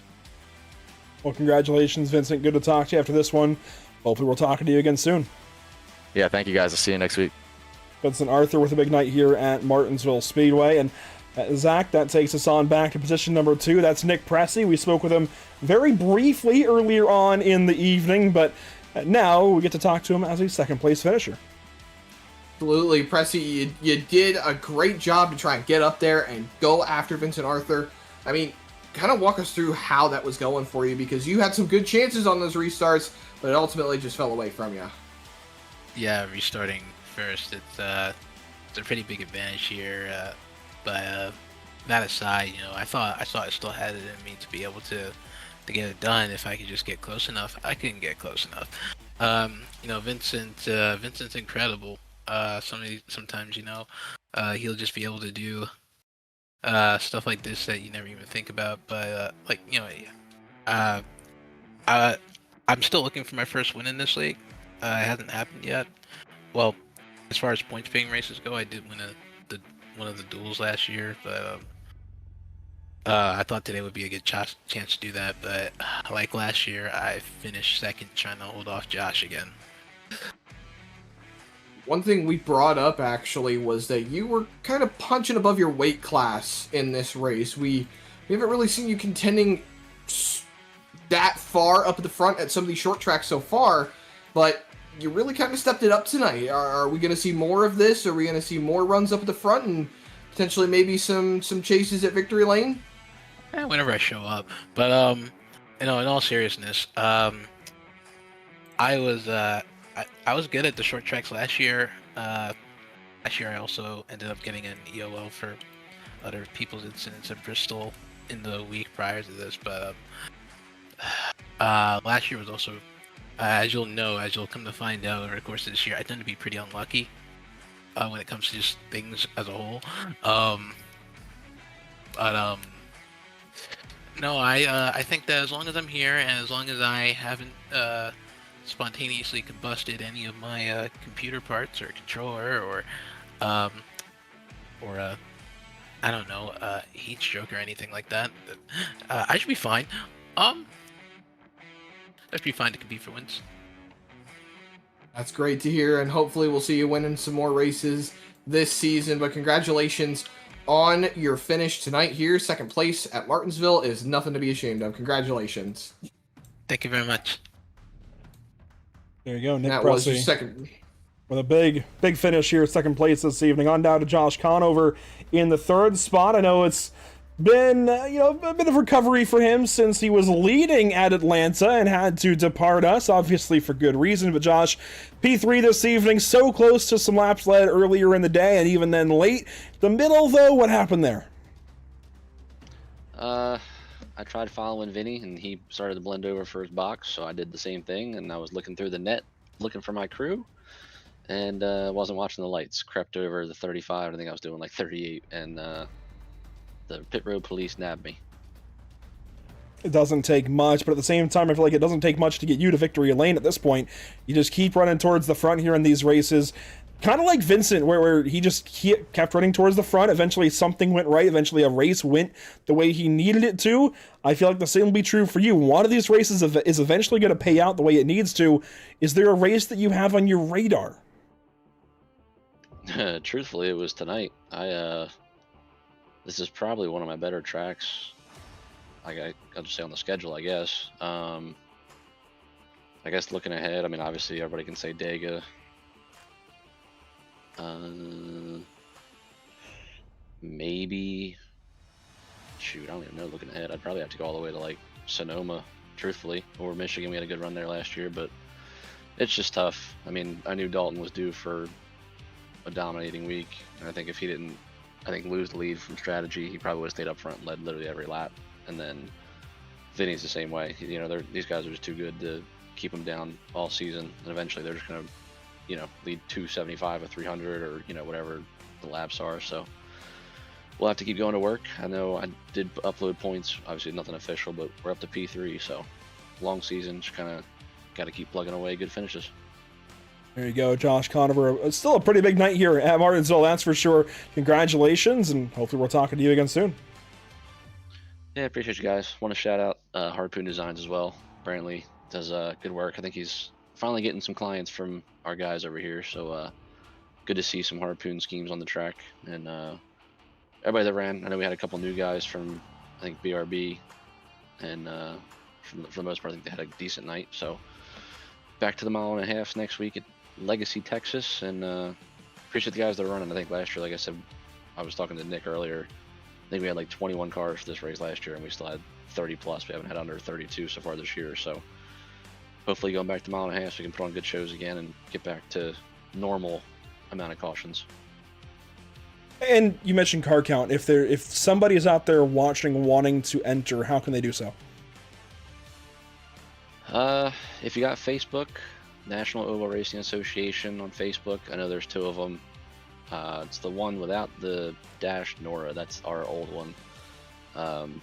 This one, I think, only has like 400 likes or something because I haven't been able to build it back up. But if you're on Facebook, you can do that. If you have Discord, I can probably shoot you a Discord link if I just get, your username either on the comment of this video or somehow. Or again, reach out to whoever, myself, Nick Geilis, Brady Motes, anybody. There's a lot of guys in here that'll help out even that aren't admins and such. So a bunch of different ways. I'm sure I'm missing a couple, but there's definitely ways to get in here. And I'm sure even if you are just in the Pit Stop TV Discord or know me on Discord, you can find me, and I can get you in touch with Josh as well. But Josh, congratulations. Solid night here at Martinsville. Hopefully we'll talk to you again soon. I hope so. It means you're doing something right, and I need a couple more runs like that. There you go. So, third place here tonight. Ran up front all night long, just about. Josh Conover, third place, Zach. And I think the 48, he sounds kind of doom and gloom right now, but I really do believe he's got a win coming at one of these races. The 1.5 miles has been really good to him so far, I think, as far as pace and being able to run towards the front early. Just needs everything to go right. I know, Las Vegas, it seemed like everybody almost had something go wrong. Atlanta, he had to pull off, but going back to Texas, I think Texas is going to be very similar to Atlanta, because Las Vegas, we had the new Las Vegas. Atlanta and Texas are closer to when these cars actually ran there. They're closer to one another. I think Texas is going to be very similar to Atlanta in a lot of ways. Oh, absolutely. Texas should be a little bit more flat out than Atlanta was. I know the banking there does create a bit of a situation to, I don't want to say push the car harder, but it definitely gives you a little bit more incentive with just being able to drive it into those corners the way that you can.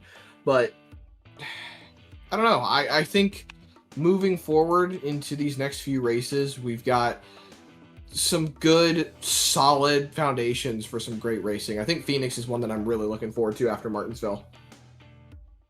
And right now there is a tie for the driver of the day vote, so I'm putting you guys on notice out there watching along. Break this tie. Vincent Arthur, Josh Conover tied right now. Arthur went to victory lane. Conover had to come back after the speeding penalty. I'm not telling you who to vote for. Just vote for one of them. Break this tie. Let's decide it here in these closing moments at Martinsville Speedway. Of course, Zach, looking ahead for us, this is what we have to expect the next week or so on the channel. We have a few days away from broadcasting, then we're right back to it this Friday evening. A rare Friday broadcast for us, but we have 12 more on the way. It's the Steering Wheel Nation Truck Series kicking off at Daytona International Speedway. Again, you can still get involved in this series. Plenty of time to do so. Enter by this Friday. Subscribe to the Steering Wheel Nation Inside Groove Pit Pass, $9.95 a month. You get entry to all of these sim races they'll be hosting throughout the course of the year by maintaining your subscription throughout the course of the calendar year.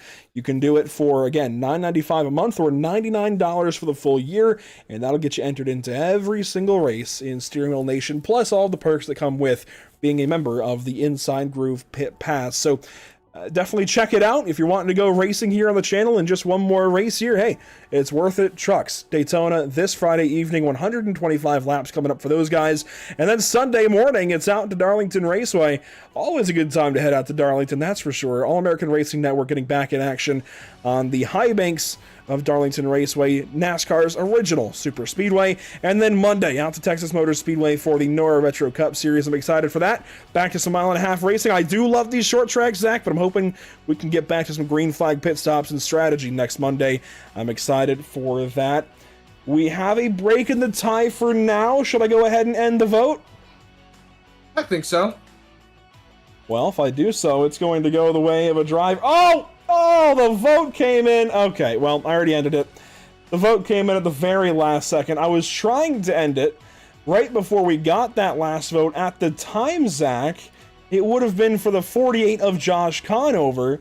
Now I'm not sure what to do. We don't have time for a runoff right now, but I think we'll go ahead and have to award it jointly to these two teammates. It's just for bragging rights anyways.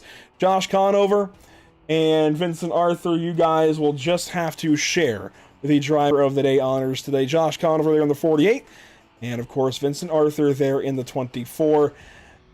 We haven't done joint honors in a little while, but I think it's always good to get back to it, Zach. Absolutely. I think there's always the opportunity to share. Sharing is caring, you know what they say? That's right.